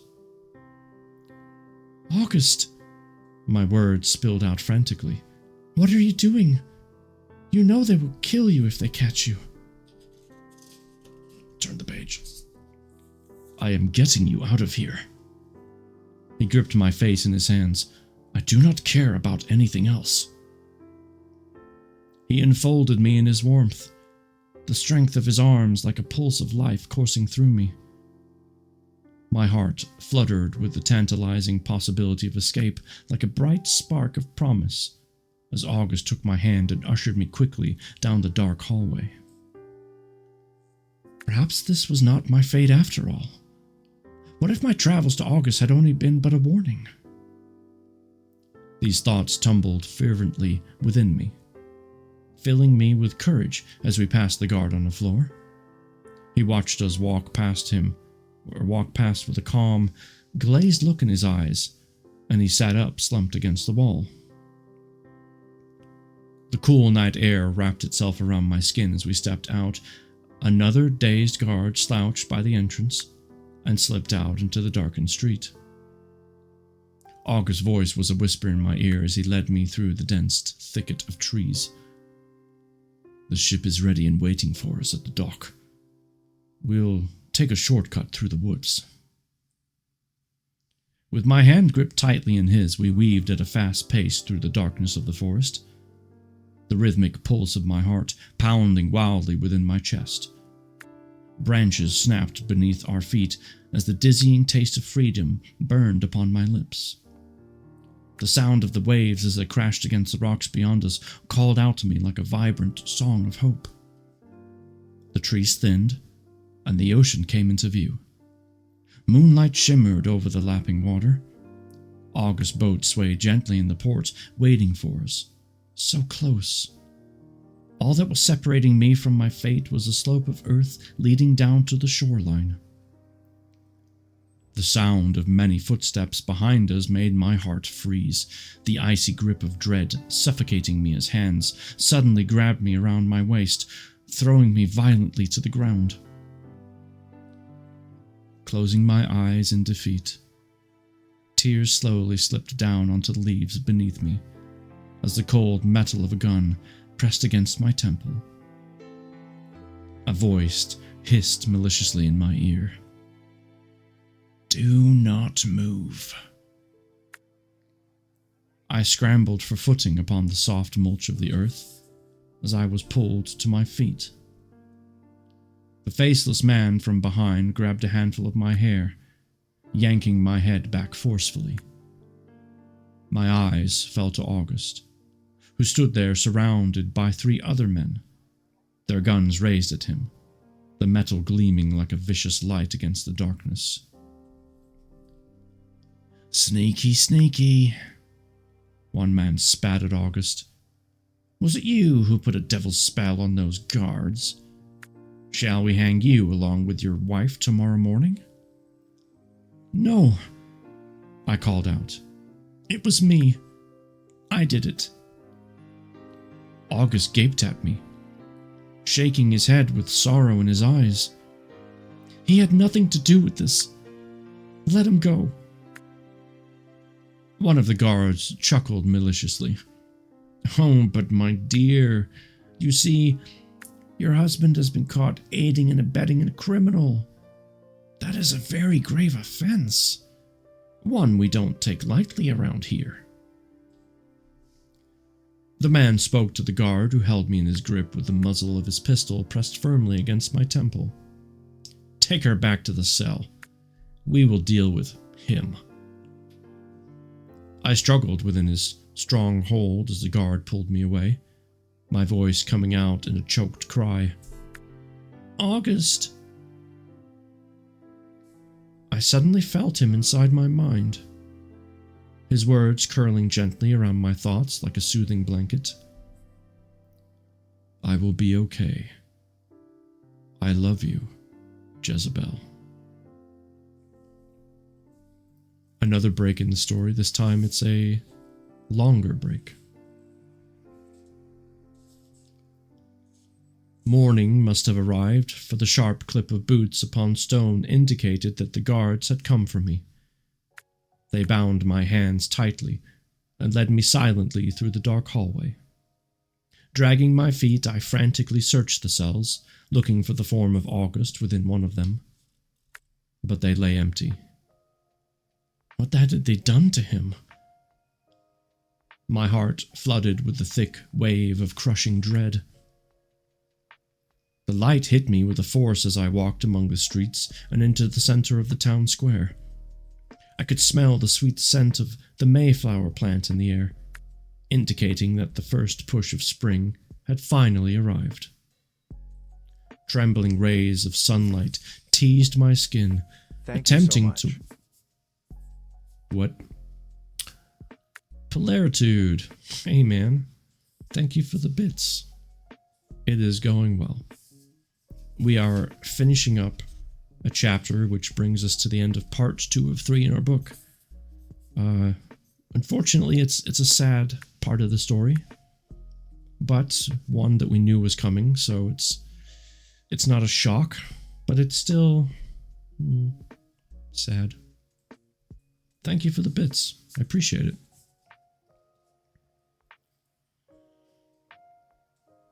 These sensations around me felt brutal and mocking as my body coursed with a rising panic, the visceral instinct of my mind's last grapple for survival.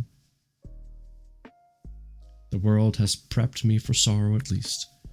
Yes, indeed. The men led me to a tall wooden stand. Below me lay the large crowd which had assembled in the center of town. A closed trap door lay beneath my feet, while above me a long plank of wood traveled up and connected to a noose, slowly swaying in the breeze.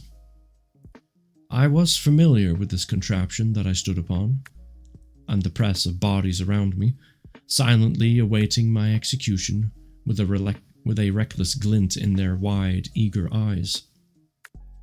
I knew all too well the history of humanity's insistent need to view death as a form of retribution and entertainment. As it has most people, the longer you go along, the more training it is likely to give us all. You're not wrong. You're not wrong. I desperately scanned the faces before me when I noticed a figure standing away from the crowd, a dark cloak obscuring his features to everyone but me. My heart soared in relief as I locked eyes with August. Hey, look at that. Obviously, I made the puzzle way too easy. A village in New England. Stunt didn't help at all. That's because you're the man. Hi, Stunt Mama.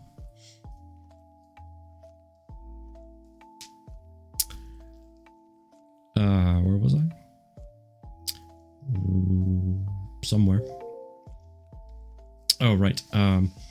My heart soared in relief as I locked eyes with August, the steady silence of his presence anchoring me. The whisper of his voice gently stroked the space within my mind. Do not be afraid, Jezebel. Death is not a vanishing, but an expansion. Where you are going is to a place of great beauty, and I will forever love you with every breath of my being. The executioner spoke, but I focused only on August, on the unwavering devotion in his eyes which never left mine. His soft and steady presence, caressing away the fear as the sudden and familiar tingle began to travel along my skin. I welcomed it with a blissful relief as the weight of the rope descended over my head. You crushed that puzzle? Wow, this guy. I most definitely did quite a bit. Wait, there was a puzzle? I feel like I'm designed for stupid puzzles. Yeah, I always have a, up there in the corner. I always put a puzzle on stream. Oh, hi, by the way, I snuck in and began puzzling. Now I must tuck in a kiddo. Fantastic. We have come to a short break in the story. It sounds like Jezebel is going to travel, which is really good timing.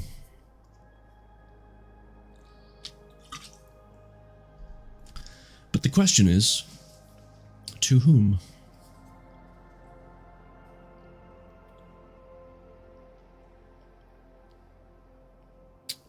Oh, it's like a digital version of a physical puzzle? Can't say as I've never tried that. I was thinking some sort of word sort of puzzle.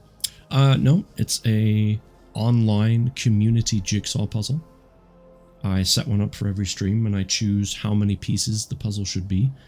I went easy on this one because there was a lot of green and with the trees and the grass and stuff. But seems like I made it too easy. Once I finish this chapter, I'll probably throw up another one.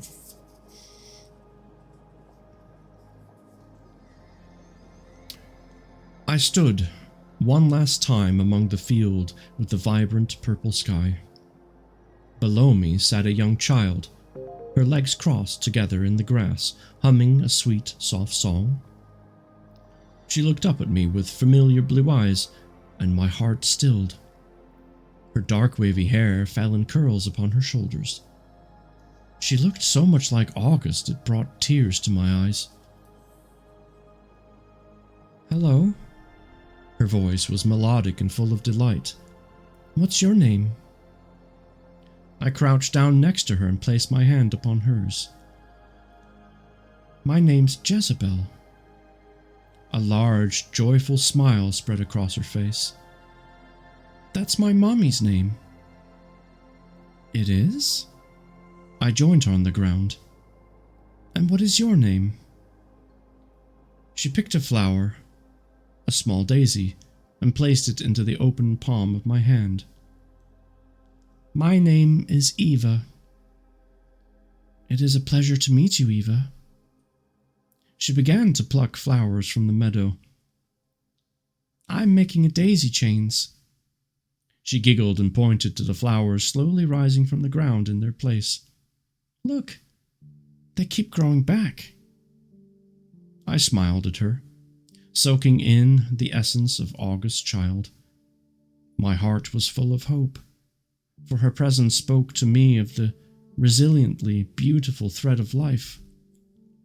She began to weave the flowers into a circle, her tiny hands working nimbly as we sat side by side in the meadow. She seemed content, full of a radiance that spilled from her, bathing me in a warm glow. Eva reached over and placed the crown upon my head.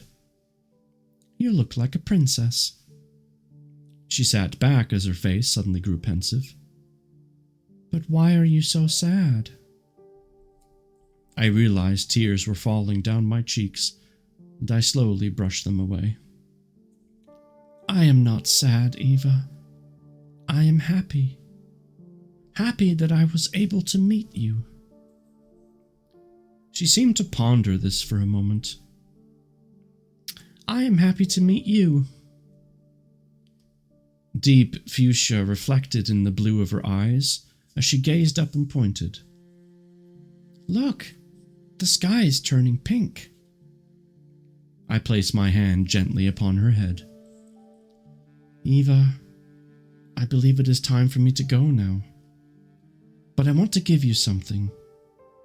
It is a gift, and one day it will give you the power to travel through dreams and help others.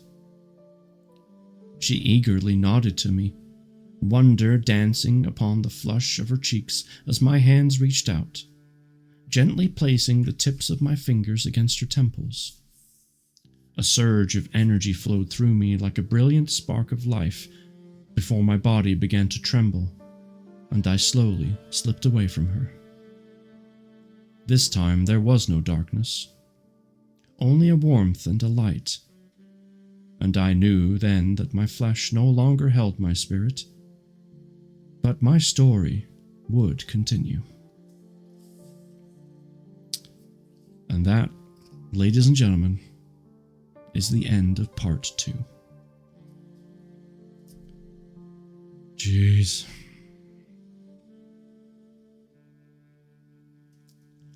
That ending of Jezebel in that field changed everything about the story. Just that one little part. The idea that you had, Jennifer, to make her travel one more time, but this time to Eva. Like, it's weird because you're conflicted with happy and sad all at the same time. And you don't know which to express first. It's like,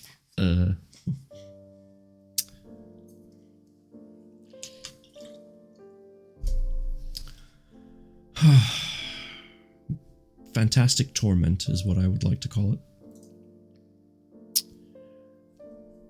Okay. I am gonna find another puzzle for y'all to look at. As I smack the microphone. It was Kay. You were right on the money there. Very well done.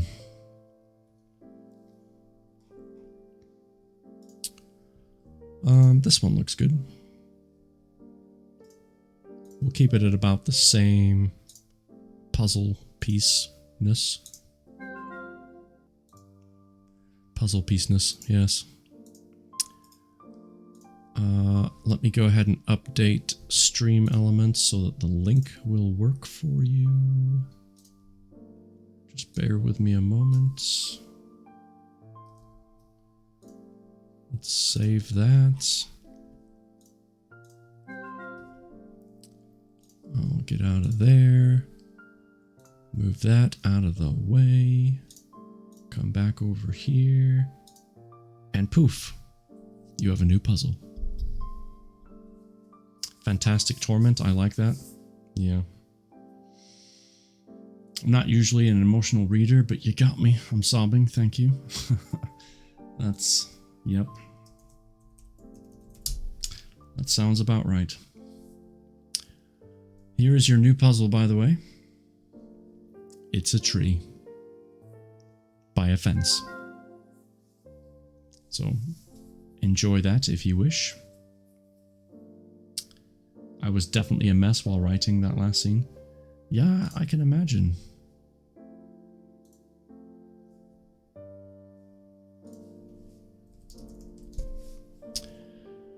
I can imagine.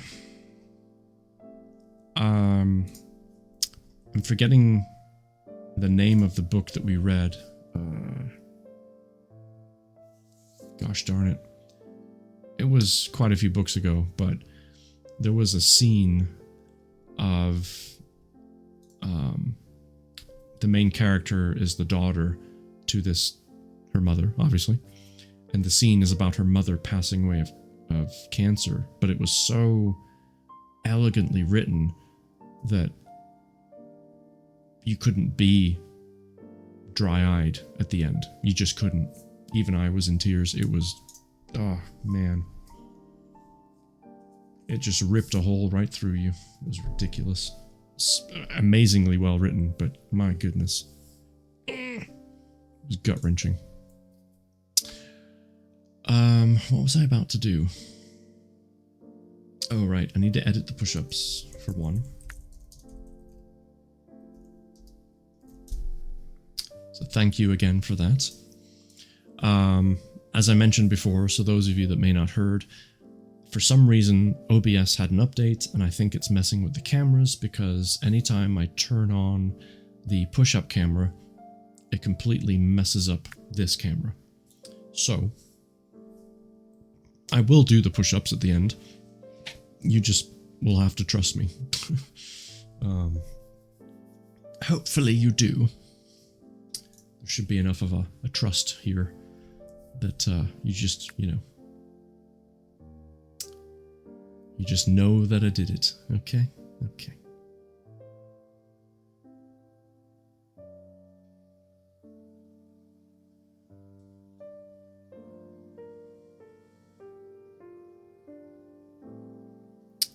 Alright, let's put that back on the charger. I think it's because they were my characters and I bond with them, so it's different. This is a milestone, and yes, I'm writing it down.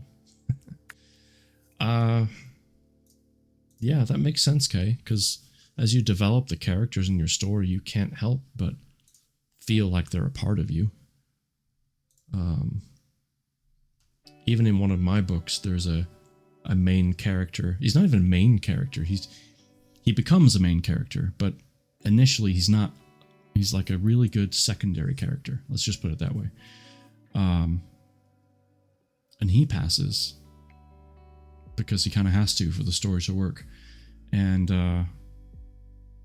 it still made me go, man, that sucks. You know? But anyway. I wanted to do a couple more shout outs because we had some new folks pop in and I wanted to make sure that they were recognized.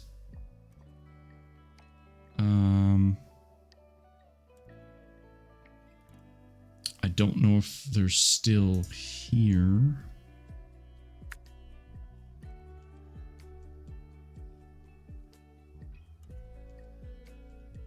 But anywho.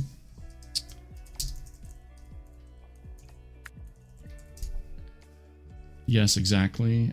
An ending and ending a book is so hard for me, having to say goodbye to all my characters. Yeah.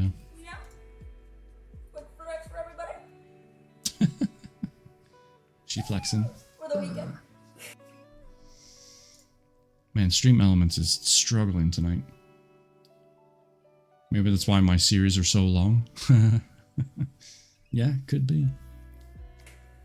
Definitely, and don't ask her to read, read her stuff. Flex Friday. Yeah, I get it. I get it. For sure.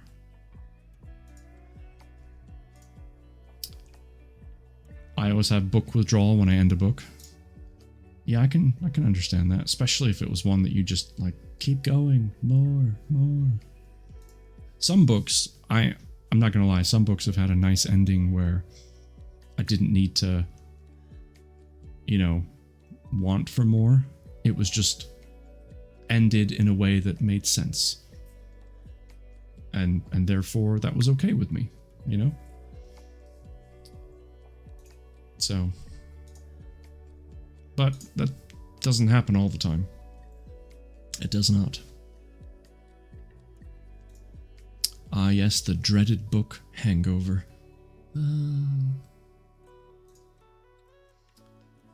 I can't do that. I have to know their whole lives until they die. What did you eat for breakfast? Where did you go to work? Yeah. I understand.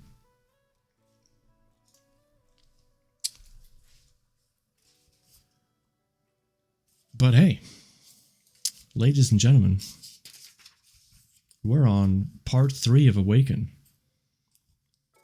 We have left France, etc., following that timeline.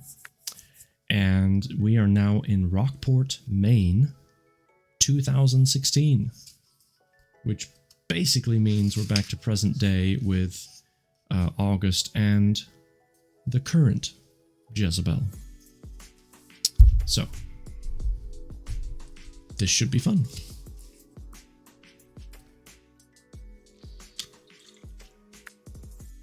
I've kind of gotten so enveloped in the first Jezebel that I've kind of forgotten what modern day Jezebel is like. Like what kind of characteristics she has. But I'm sure it'll come right back to me. Usually does. I need some whiskey. No. Yeah, whiskey's gross. Although I know you're sick, so maybe a small drop wouldn't, hurt you. Need to sweat out this ick. So sorry. Being sick is the worst. Well, it's not the worst. There are definitely worse things, but knowing that you just have to ride it out is the crummy part.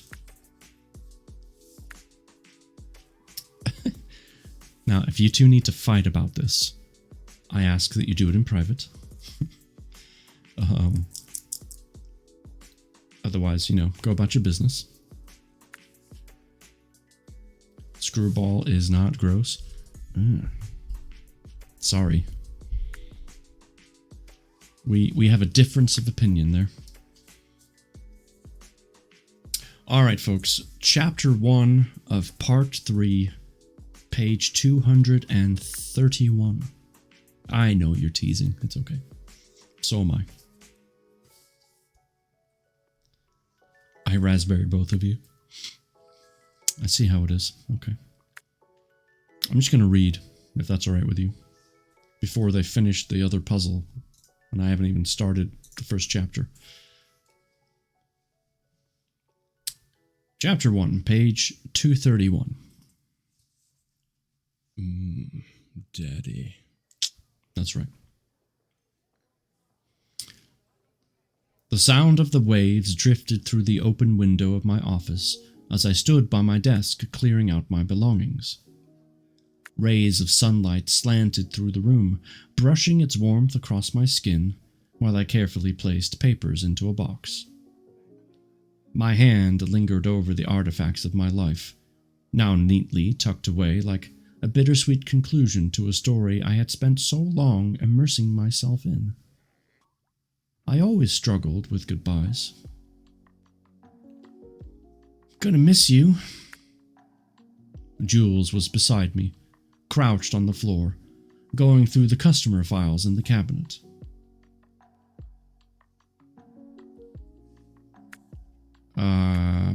Poop? Hi? What's up?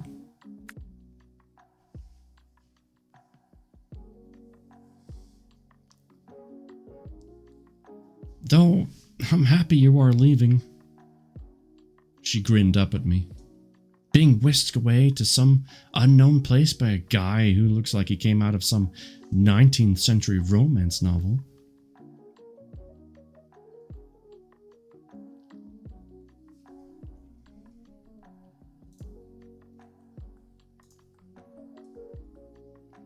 I got it.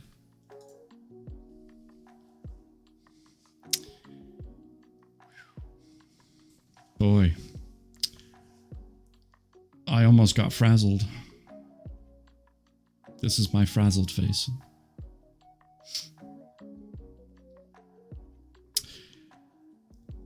Okay. Yeah, I don't get too many of those, but,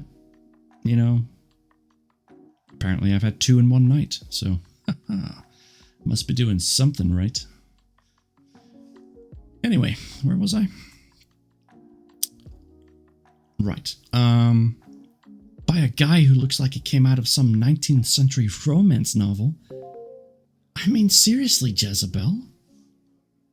Jules stood, brushing her auburn hair away from her face. Where did you find this guy? I didn't think they made them like that anymore. I beg to differ. Yes, they do.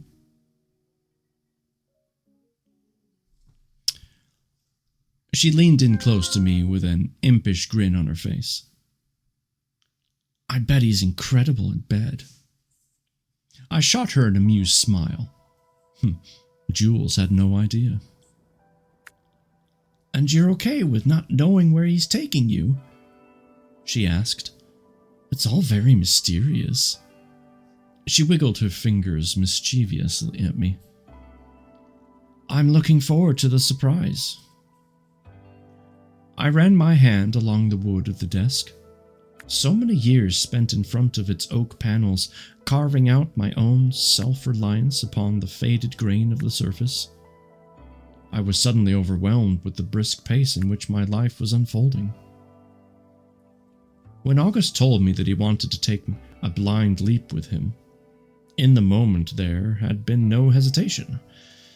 But the reality of it all began to hit me with a blunt force. Could I dive so fully into the depths of a life unknown? Well, I'm super excited about taking over the business, though I'm gonna have to change the name, you know. Jules called over her shoulder with a wink as she walked into the back. Jules had always been my strongest employee. She was energetically efficient, personable, and great with numbers. A perfect fit for a business owner, and I had no hesitation in selling the business to her. I lifted the box into my arms and followed her into the storeroom. Hey, Jules. She looked up from the scattered mess of cleaning supplies on the floor. I'm going to go. I still have to put the rest of my stuff in storage and run a few errands before I meet August at the airport tonight. Jules nodded and went to pull me into a hug. The box cradled awkwardly between us. Have fun out there, okay? Pulling back, she gripped my shoulders tightly.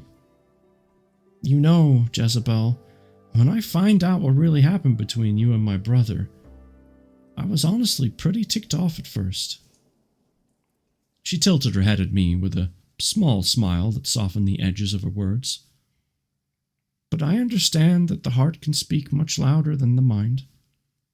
And I just want you to know that I'm really happy you found someone who makes you feel so reckless and alive. A faint chuckle spilled from my mouth. You think I'm being reckless? Hell yes, you are. Jules playfully slapped my arm. And it's the best way to love, if you ask me. Another small break in our story. Driving slowly past the pier on the way back from the storage facility, I spotted Raven's trailer sitting along the wharf, the lazy orange light of dusk glinting off its surface like the glow of a beacon. My heart swelled in anticipation of seeing her again as I parked my car beside her trailer and stepped out, hearing a familiar voice call to me from behind. So, you are leaving, huh? I turned to see Raven barefoot, walking toward me from the beach. Her hair tousled by the warm breeze as streaks of silver reflected the light. How did you know? She winked, her eyes smiling as she wrapped her arms around me, drawing me into her soothing warmth. He finally came back for you. Her voice was soft against my hair, and tears began to well up within me. Raven pulled back and cupped her hands against my face. I knew he would. I nodded, feeling raw and exposed. All my walls had come tumbling down since August returned, and I was unaccustomed to the lightness. I'm leaving with him tonight.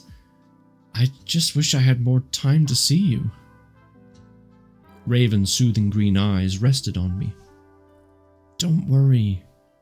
We will see each other again. This, I know for certain. I realized in that moment that it was my mother she reminded me of most. The gentleness in her gaze and the wisdom in her words made me want to curl up like a child within her arms, to share with her all the things I never had a chance to speak of to my own mother. Do you love him, Jezebel? Yes, so much it scares me. Good. Raven brushed a stray tear from my cheek. You are Wow. Reading. It's my strong suit. You are about to embark on a bold new life. No longer are you living within the boundaries of your mind. When you live from your heart, there can be no mistakes, only endless opportunities for growth.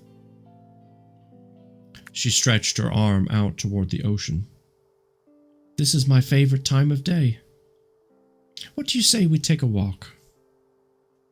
I nodded as Raven took my hand, leading me down to the beach as the shimmering colors of fading light danced upon the water, bathing our skin in pastel hues of peach and violet. Raven took a deep breath and let it out in one long sigh. You know, when I was younger, I used to believe that romantic love was only the ego's journey, sent to distract us from really being able to sit with ourselves. The wind picked up for a moment, blowing her hair wildly about. But I realized that it's, in fact, quite the opposite. Her eyes met mine, filled with a tenderness that wrapped me in a reverent silence. It is the soul's journey, one that forces you to open yourself up and view the world from a different perspective. Only then can you truly see yourself. Biting my lip, I stared out into the ocean. But what if you don't like what you see sometimes? She chuckled, scoping to rest her hand on my shoulder. That is the great challenge of love, one that most of us run from. But if you learn to face your own reflection in the eyes of another, the debris falls away, and what is left behind is beautiful and filled with infinite possibilities. My heart fluttered with excitement as the thought of what lay in store for me in August, but at the same time the pull of insecurity smirked at me from the shadows like a persistent taunt. I only hoped I had the strength to resist it. We stood along the shore, watching as the soft indentations of our footprints became swallowed up by the endless churning renewal of the sea. A whispered reminder of the delicate impermanence of life. Welcome back, Purple. Small break in the story here.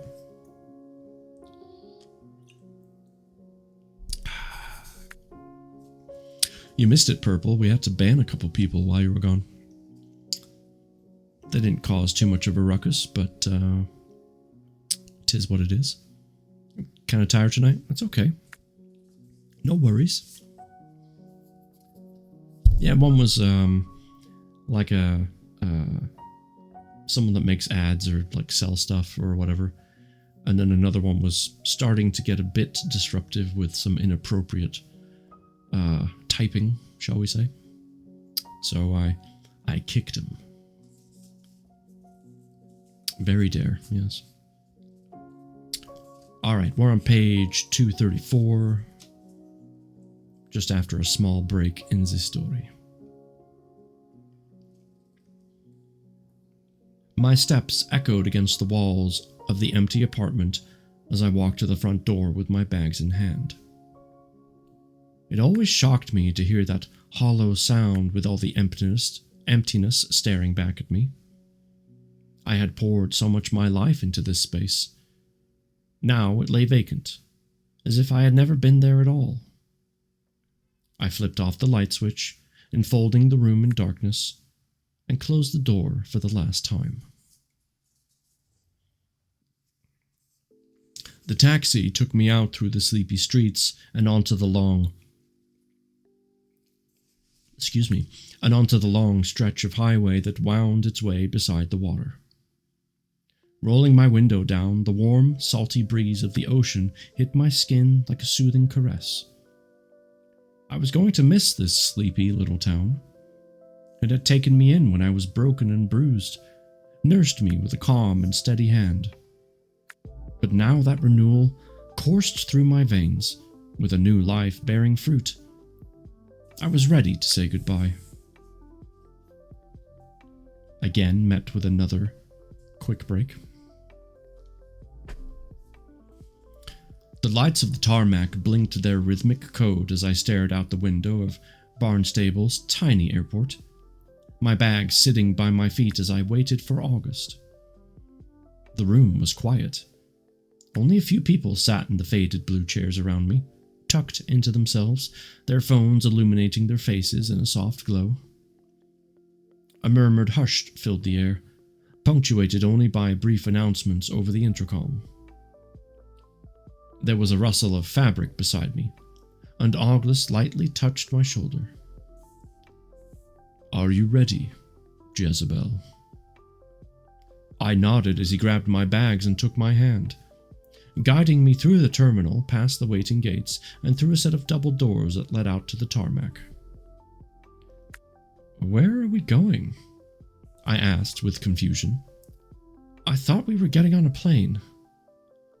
"We are," August said, flashing me a wide smile and pointing over to a small jet which sat waiting for us on the runway. I stared at him incredulously. "Jesus, August, you never told me you had a private plane?" A playful smirk spread across his face. "Well, you never asked." Are we not surprised? Are we not surprised? With August's hand on the small of my back, I climbed up the steps, my heart fluttering with excitement. "So, what other secrets are you keeping from me?" I asked as I settled into the seat beside him, clipping the seatbelt around my waist. August shot me a mischievous wink. "You will just have to wait and see." The plane began to move along the runway, gently gathering speed until it lifted into the air, causing my head to rush with the sudden weightlessness. I gazed out the window, watching as the winking lights of the tiny coastal towns below me grew smaller, until there was nothing but an endless stretch of dark blue sea. I gripped August's hand in mine as my heart swelled with an elation so acute it caused my pulse to race. Wherever he was taking me, I was willing to jump. Another small break. The soft hum of the small plane lulled me into a drifting contentment. August's hands rested on my knee, gently stroking me every so often with his thumb, while his other hand turned the pages of the book that was nestled in his lap. I leaned in closer, catching the trace of his alluring scent, which always reminded me of the comforting aroma of pine needles when you rub them between your fingers. "What are you reading?" He glanced over at me. Dark tendrils of his hair brushed against his forehead. The blue of his eyes never faded to startle me. The luminescent hue of them a vivid contrast against dim lighting. "The House of the Dead, a Siberian exile under the Tassars." I grimaced and playfully poked his arm. "Sounds like a fun read." He chuckled and shot me a light-hearted smile. "I don't read for entertainment. I read for knowledge." August tucked. He did not tucked. He tucked his book into the front pocket of the seat and pulled me against him. I leaned my head against his shoulder. "Do I at least get a hint on where you're taking me in this fancy little plane of yours?" He twirled my hair between his fingers and pressed his lips against my forehead. "Close your eyes and imagine a place where the richness of a fruit can evoke relaxation." "They're going to Georgia. Peaches." Just kidding. I have no idea. I looked up at him. "Are we going to a winery?" He gave me a teasing smile. Close. A vineyard? August nodded. That's all I'm giving you for now. Through the window of the plane, we watched the sun rise above the curved horizon of the skyline, a brilliant orange spilling out upon a palette of dark blue sky. The clouds beneath us were like rippled waves, reminding me of the ocean. My eyes began to feel heavy, and I sunk into a dreamless slumber, gliding above the earth on weighted wings. Stump Mama's Mama. Winery!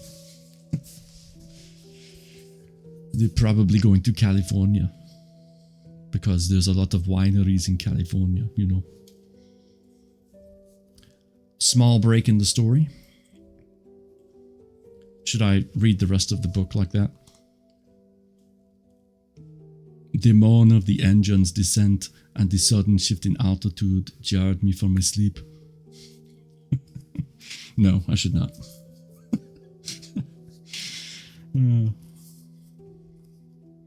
She would pick up on that? Yep. Not a shock. There's even wineries here in Iowa, folks. 'Tis true. Once upon a time, I lived 0.1 miles away from one. That's a tenth of a mile, just so you know. The moan of the engine's descent and the sudden shift in altitude jarred me from my sleep. I opened my eyes to find August gazing at me. Did you sleep well? His hand gently caressed my thigh and rested there. Smiling at him, I moved to stretch my crampled limbs. As well as I can on a plane. We are about to land. I looked out the window to see a long river snaking its way through the green pastures dotted with trees. That, down there, August leaned close to me, is the Tiber River. I looked at him quizzically as excitement built within my chest. Where are we? The sun streamed in through the window and lit up his eyes. They appeared to shimmer like light reflecting on water. We are in Italy, Jezebel. And that's the end of chapter 1 of part 3. That's a long flight to get to Italy. Holy buckets. In a private jet? Did they refuel in midair? That would be too close for me to live to a winery. I only went there a couple times to pick up some wine, so.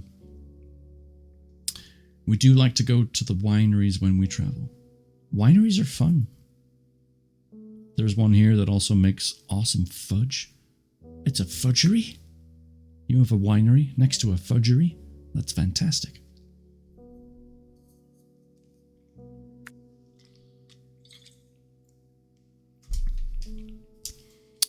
If it's not called a fudgery, where you can test fudge, they've done it wrong. And I need you to send them a comment card. Kay says, fudge. They do pair well together. I guess it depends on the wine, right? Maybe if you're having a dessert wine. And then some fudge.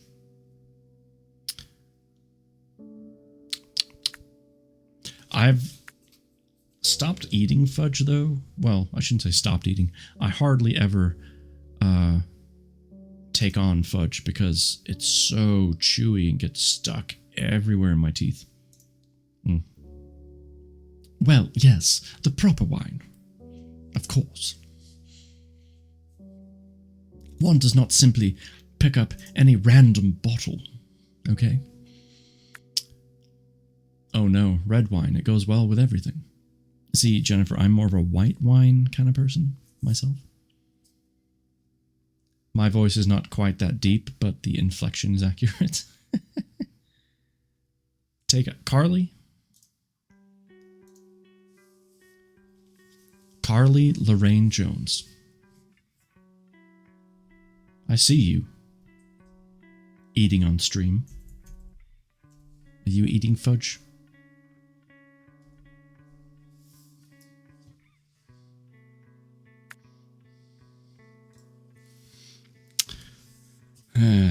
A good port pairs well with fudge. Wine is gross. What? No. 'Tis just an acquired taste. That is all. But again, I'm not the person to ask about wine. I know I prefer white wines over red wines. Red wines can be a little too dry for me. So I tend to go towards white wines. I think you need to expand your horizons.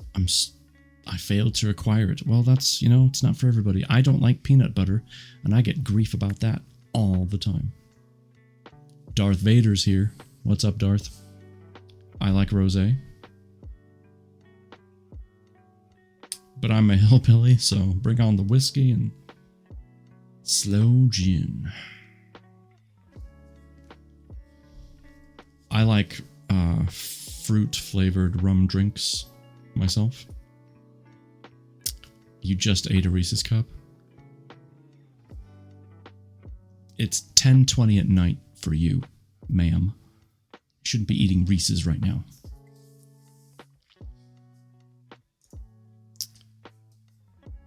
You'll never get any sleep. Jeepers. Strawberry daiquiris are good. Yes, they are. If I could get someone to make a strawberry banana flavored daiquiri, that would be even better.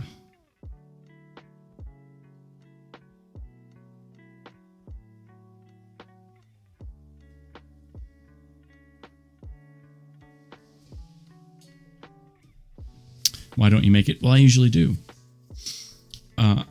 Whoa. Stunt Mama's mama. And Stunt Mama, for that matter.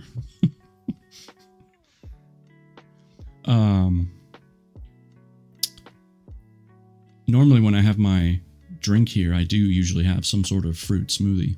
Sometimes with rum, sometimes without. But it's typically strawberry banana with some crushed ice and a little grape flavored water. And I will definitely hydrate.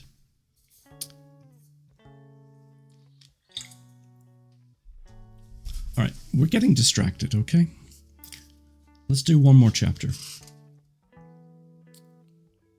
And then we're going to raid out.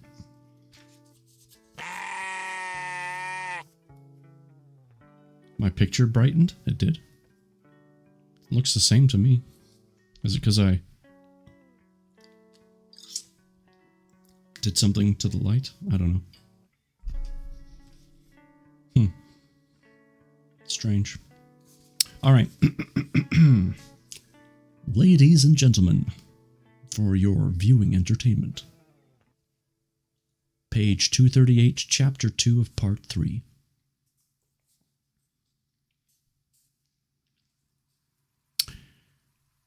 I leaned back against the seat of the rental car and watched the bright glow of the moon follow the curve of the road. Suspended against the night sky, I could make out the outline of trees and the dips of valleys in the distance. Okay. Fuck it! Exactly. Like brushstrokes against a canvas. I rolled the window down and breathed in the lush scent of the evening, an intoxicating blend of rich soil and fragrant wildflowers. We're almost there, amor mio. I smiled at the affectionate term August had begun to use with me, as his hand slid across the seat and came to rest upon mine, giving it a squeeze. My body hummed with a mixture of exhaustion and elation. After 12 hours of travel, I was just as eager for a bed as I was to find out where he was taking me. August took a sudden right-hand turn onto a bumpy dirt road. The car bounced. Okay. Hunter Huntsman, hello. Thank you for the lurk. August, dirt road, right. The car bounced over the ruts as we slowly made our way up a steep incline. Through a dense thicket of trees engulfed in bright moonlight, an impressive stone building came into view. Ivy clung to the walls, trailing delicately up a terracotta tiled roof. He rolled the car to an abrupt stop. The quiet that filtered in through the open window was soothing. Nothing but the ticking of the engine cooling down and the melodic chorus of crickets surrounded me as August stepped out of the car and around to my side, opening the door with a playful flourish. "Your villa awaits you, my lady." Villa? Okay, alright. His warm hand grabbed hold of mine, helping me out of the car. Rolling hills surrounded the estate, cradling the large stretch of vineyard below us. A cobblestone path led down to the endless sea of grapevines, bathed in vivid moonlight. The view was breathtaking. "It's so beautiful." August's arms wrapped around my waist from behind, placing a kiss upon my neck. "This was my family's old vineyard." I turned to him. "You grew up here?" He nodded slowly. "Granted, there wasn't much left of the original building when I acquired it almost a century ago, and I have spent the last 50 years coaxing the vineyard back to life. But yes, this is my home." August reached up to brush aside a lock of unruly hair from my face. "And I would love nothing more than for it to be yours as well, Jezebel." My heart delicately unfurled in disbelief as I took in all that he was offering me. It was almost too much to hold. Tears welled up, threatening to spill down my cheeks as I sought the warmth of his kiss. "You make me feel like Cinderella," I whispered against his lips. August pulled away with a chuckle and gave me a playful wink. "No more scrubbing the floors for you, princess." He took my hand and proceeded to lead me down the arched walkway where tangled vines hugged the wooden trellises suspended above us. "Let us go inside. You look exhausted." We stopped beside an old oak door, the hinges creaking in protest as he opened it to reveal a spacious room with high vaulted ceilings. August flicked on a switch, and the house flooded with light. My shoes clicked against the marble floors as I surveyed the space before me. Large, curved, plated glass windows overlooked the vineyards. The living room held a huge stone fireplace, accentuated by a Persian rug of intricate burgundy-hued design. A red velvet couch and 2 matching chairs faced the hearth. The interior reminded me of a European country cottage, albeit much larger. I stepped toward the windows, pushing my hand upon the glass, and found that it opened without resistance. Night air rushed in, the rich scent of lavender engulfing my senses. "This place is like a dream." "Come upstairs. I want to show you something," August said, placing his hands against the small of my back.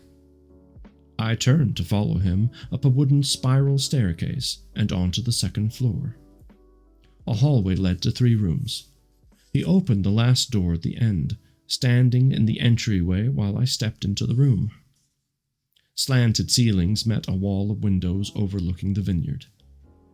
An empty table and shelves lined the other wall. "I was thinking this would make a great studio for you." I turned to August and wrapped my arms around him, breathing in his delicious, familiar scent. My joy a swift, rising emotion longing to take flight. His hand gently caressed my chin, drawing my face up to his. "You have a gift, Jezebel, and I want to provide you the environment in which you can further cultivate your art." I ran my hands through his hair. so swept away by his thoughtful gesture and this beautiful place he had brought me to. I was overwhelmed and enchanted, my heart bursting with the bright promise of a life with him. Thank you for everything, for all of this.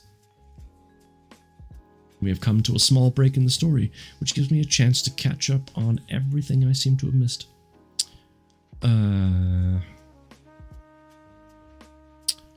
What have I missed?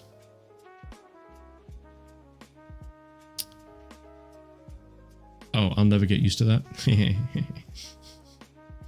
It's funny. They made me do it, that's true. Well, technically it was your redeem if enough subs and stuff happened, so really you made us make you do it. Technically.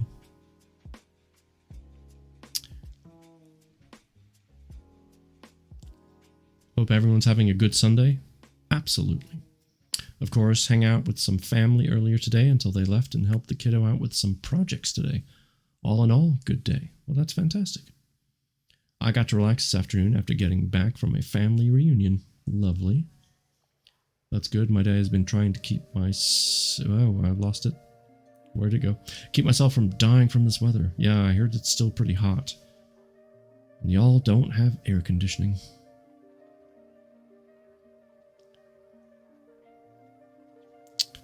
Okay, I think I'm caught up. And with that in mind, we shall continue with our story.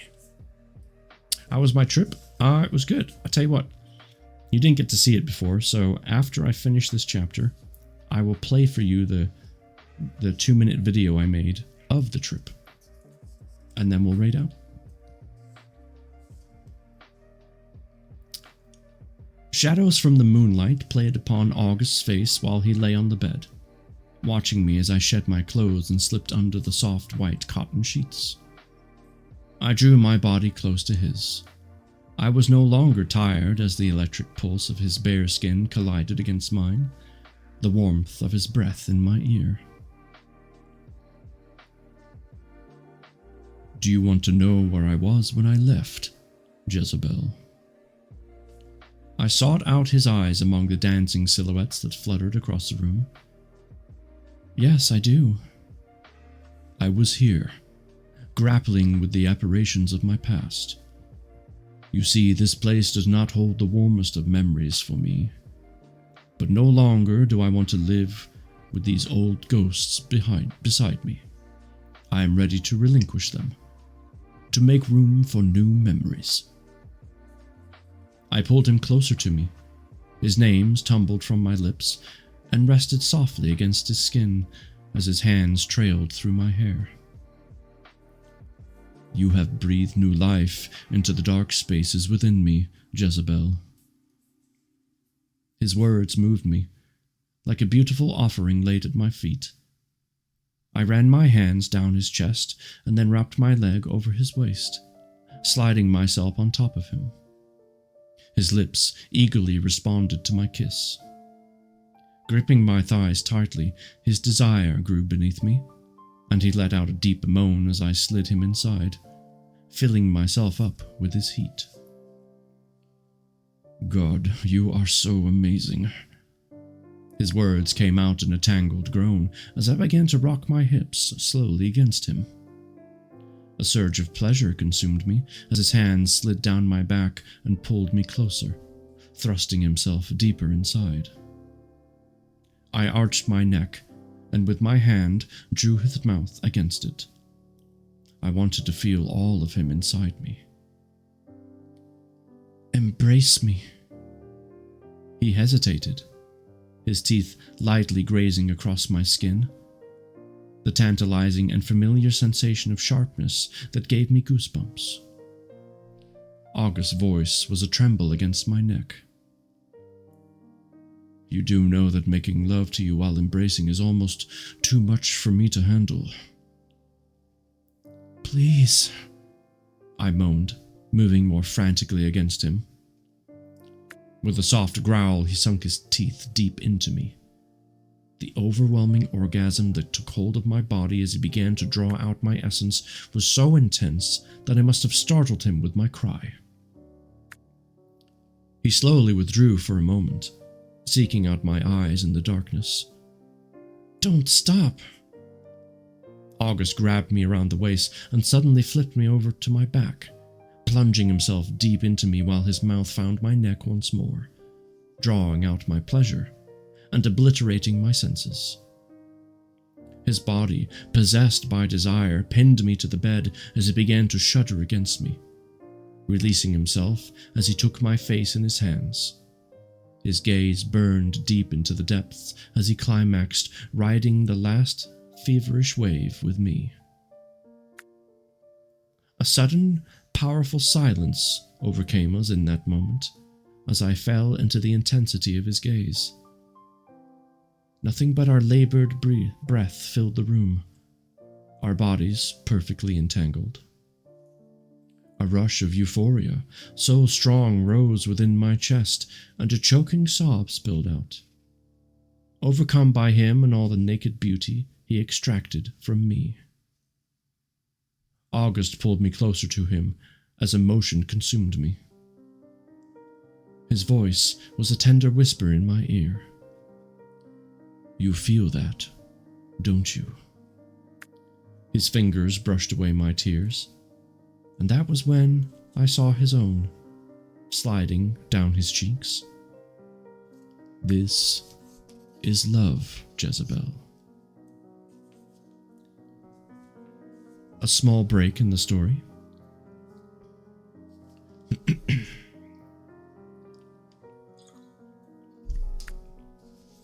Chat got awfully quiet. You guys okay? Morning caressed my face with its delicate warmth. The sound of birds filled the room as I opened my eyes to a light that bathed my skin in a luminescent glow. We're listening? August laid beside me, his gaze resting over my body. I placed my hand upon his chest, lightly stroking downward. "Do you enjoy watching me sleep?" He smiled and tangled his fingers in my hair. "Yes, very much so." Or wait, that's the other way around. "Do you enjoy watching me sleep?" He smiled and tangled his fingers in my hair. "Yes, very much so. Do you know how often I have watched you sleep? All those times when you would come to me and fill me with such longing." His hand moved to run down the slope of my back, his eyes full of fervor. "How much I yearned for you, Jezebel. It consumed me." I rolled myself on top of him. My lips found his chest, my tongue teasing his nipple. "Yearned? You speak in past tense." August pulled me tight against him, a deep chuckle spilling out. "Yearning is the overwhelming desire for something not immediately attainable to you." I continued my slow journey down his skin. "So, what do you do with all this yearning?" "You really want to know?" I looked up to find a suggestive look on August's face. "I did what any man would do in my situation." I raised my eyebrow at him. "Are you saying you would touch yourself?" "After you would leave, yes. I would touch myself." The thought of August doing this sent an erotic rush of desire through me. "And you would think of me?" "Of course." His voice was silky and full of longing. "Show me."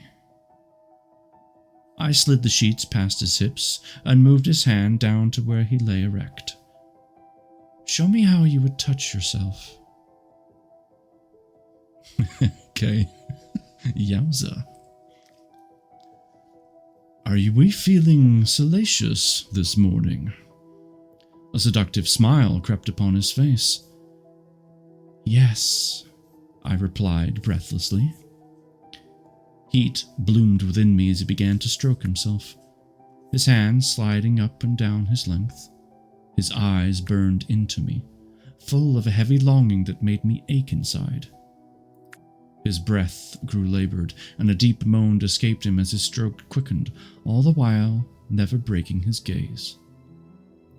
My fingers slid up my thighs, parting the coils of my hair and into the slickness of my sex, gently rubbing myself in time with him. Oh God, Jezebel! August cried out as his body tensed and contracted in front of me. I watched him as he lost himself to his climax, releasing himself against his hand, his milky seed spilling out in between his fingers. I was flushed and panting as I slipped my fingers deeper inside, feeling the hot rush of my own orgasm building within, until I collapsed against his chest with a loud moan. We lay together among the sheets, suspended in stillness as we watched the rays of the sun dance across the vineyard from the open window. A warm breeze filtered in every so often, ruffling my hair. I'm so glad you are here. I pulled August tighter against me. So am I. Trailing his hand softly along my arm, he traced patterns against my skin. I meant what I said last night. I looked up at him. About love? Yes. He leaned in, placing a tender kiss upon my lips. I love you, Jezebel. My heart soared as his words solidified all that encompassed me. I love you too. He ran his finger across my lips, his eyes twinkling. I know. Taking his fingers into my mouth, I bit down playfully. Don't get cocky with me, August. Grinning, he rolled me over onto my back, pulling the sheet up over us. So, you are a biter. I was not aware of that. Must be something we have in common, I said, shooting him an amused look. Oh, you're funny, Jezebel. August chuckled as he drew me into his arms, encapsulating me in the filaments of soft cotton and muted light that merged with the gentle, hushed rhythm of our breath. And that, ladies and gentlemen, was a very good end to our reading tonight, I think. We start next time on Chapter 3 of Part 3, page 244. And just in case you haven't seen the link in a while,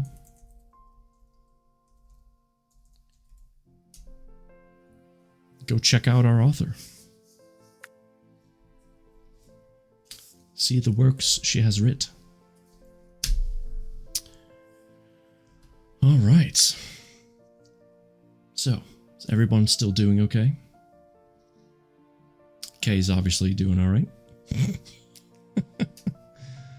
Oh, it's funny.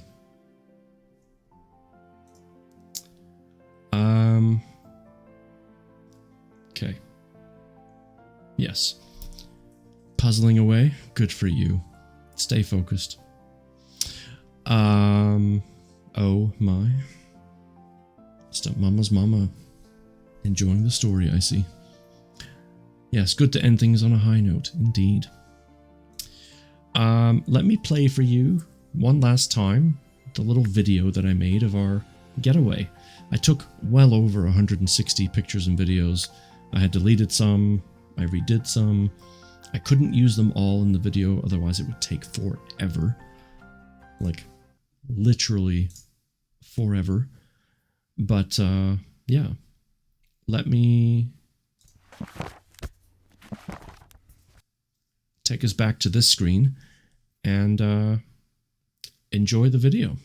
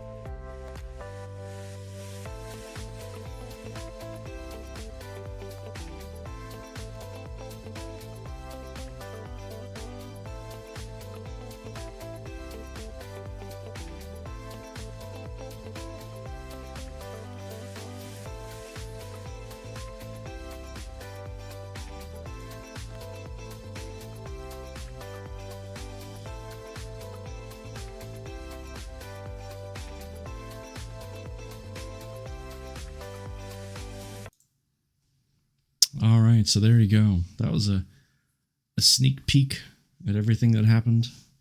Well, most of what happened. A good glimpse, as you say. So yeah. Thanks for watching that. We had a great time. It's very tiring, but it was a good trip. It was a good trip. Okay. We are gonna raid out. Thank you all for being here. For those of you that resubbed, I appreciate it. I am gonna do those push-ups here in a moment, even though I'm already sweating as it is. But yeah, thank you again. Have a fantastic night, and as I say, take care of yourselves. Take care of each other, and have a great night.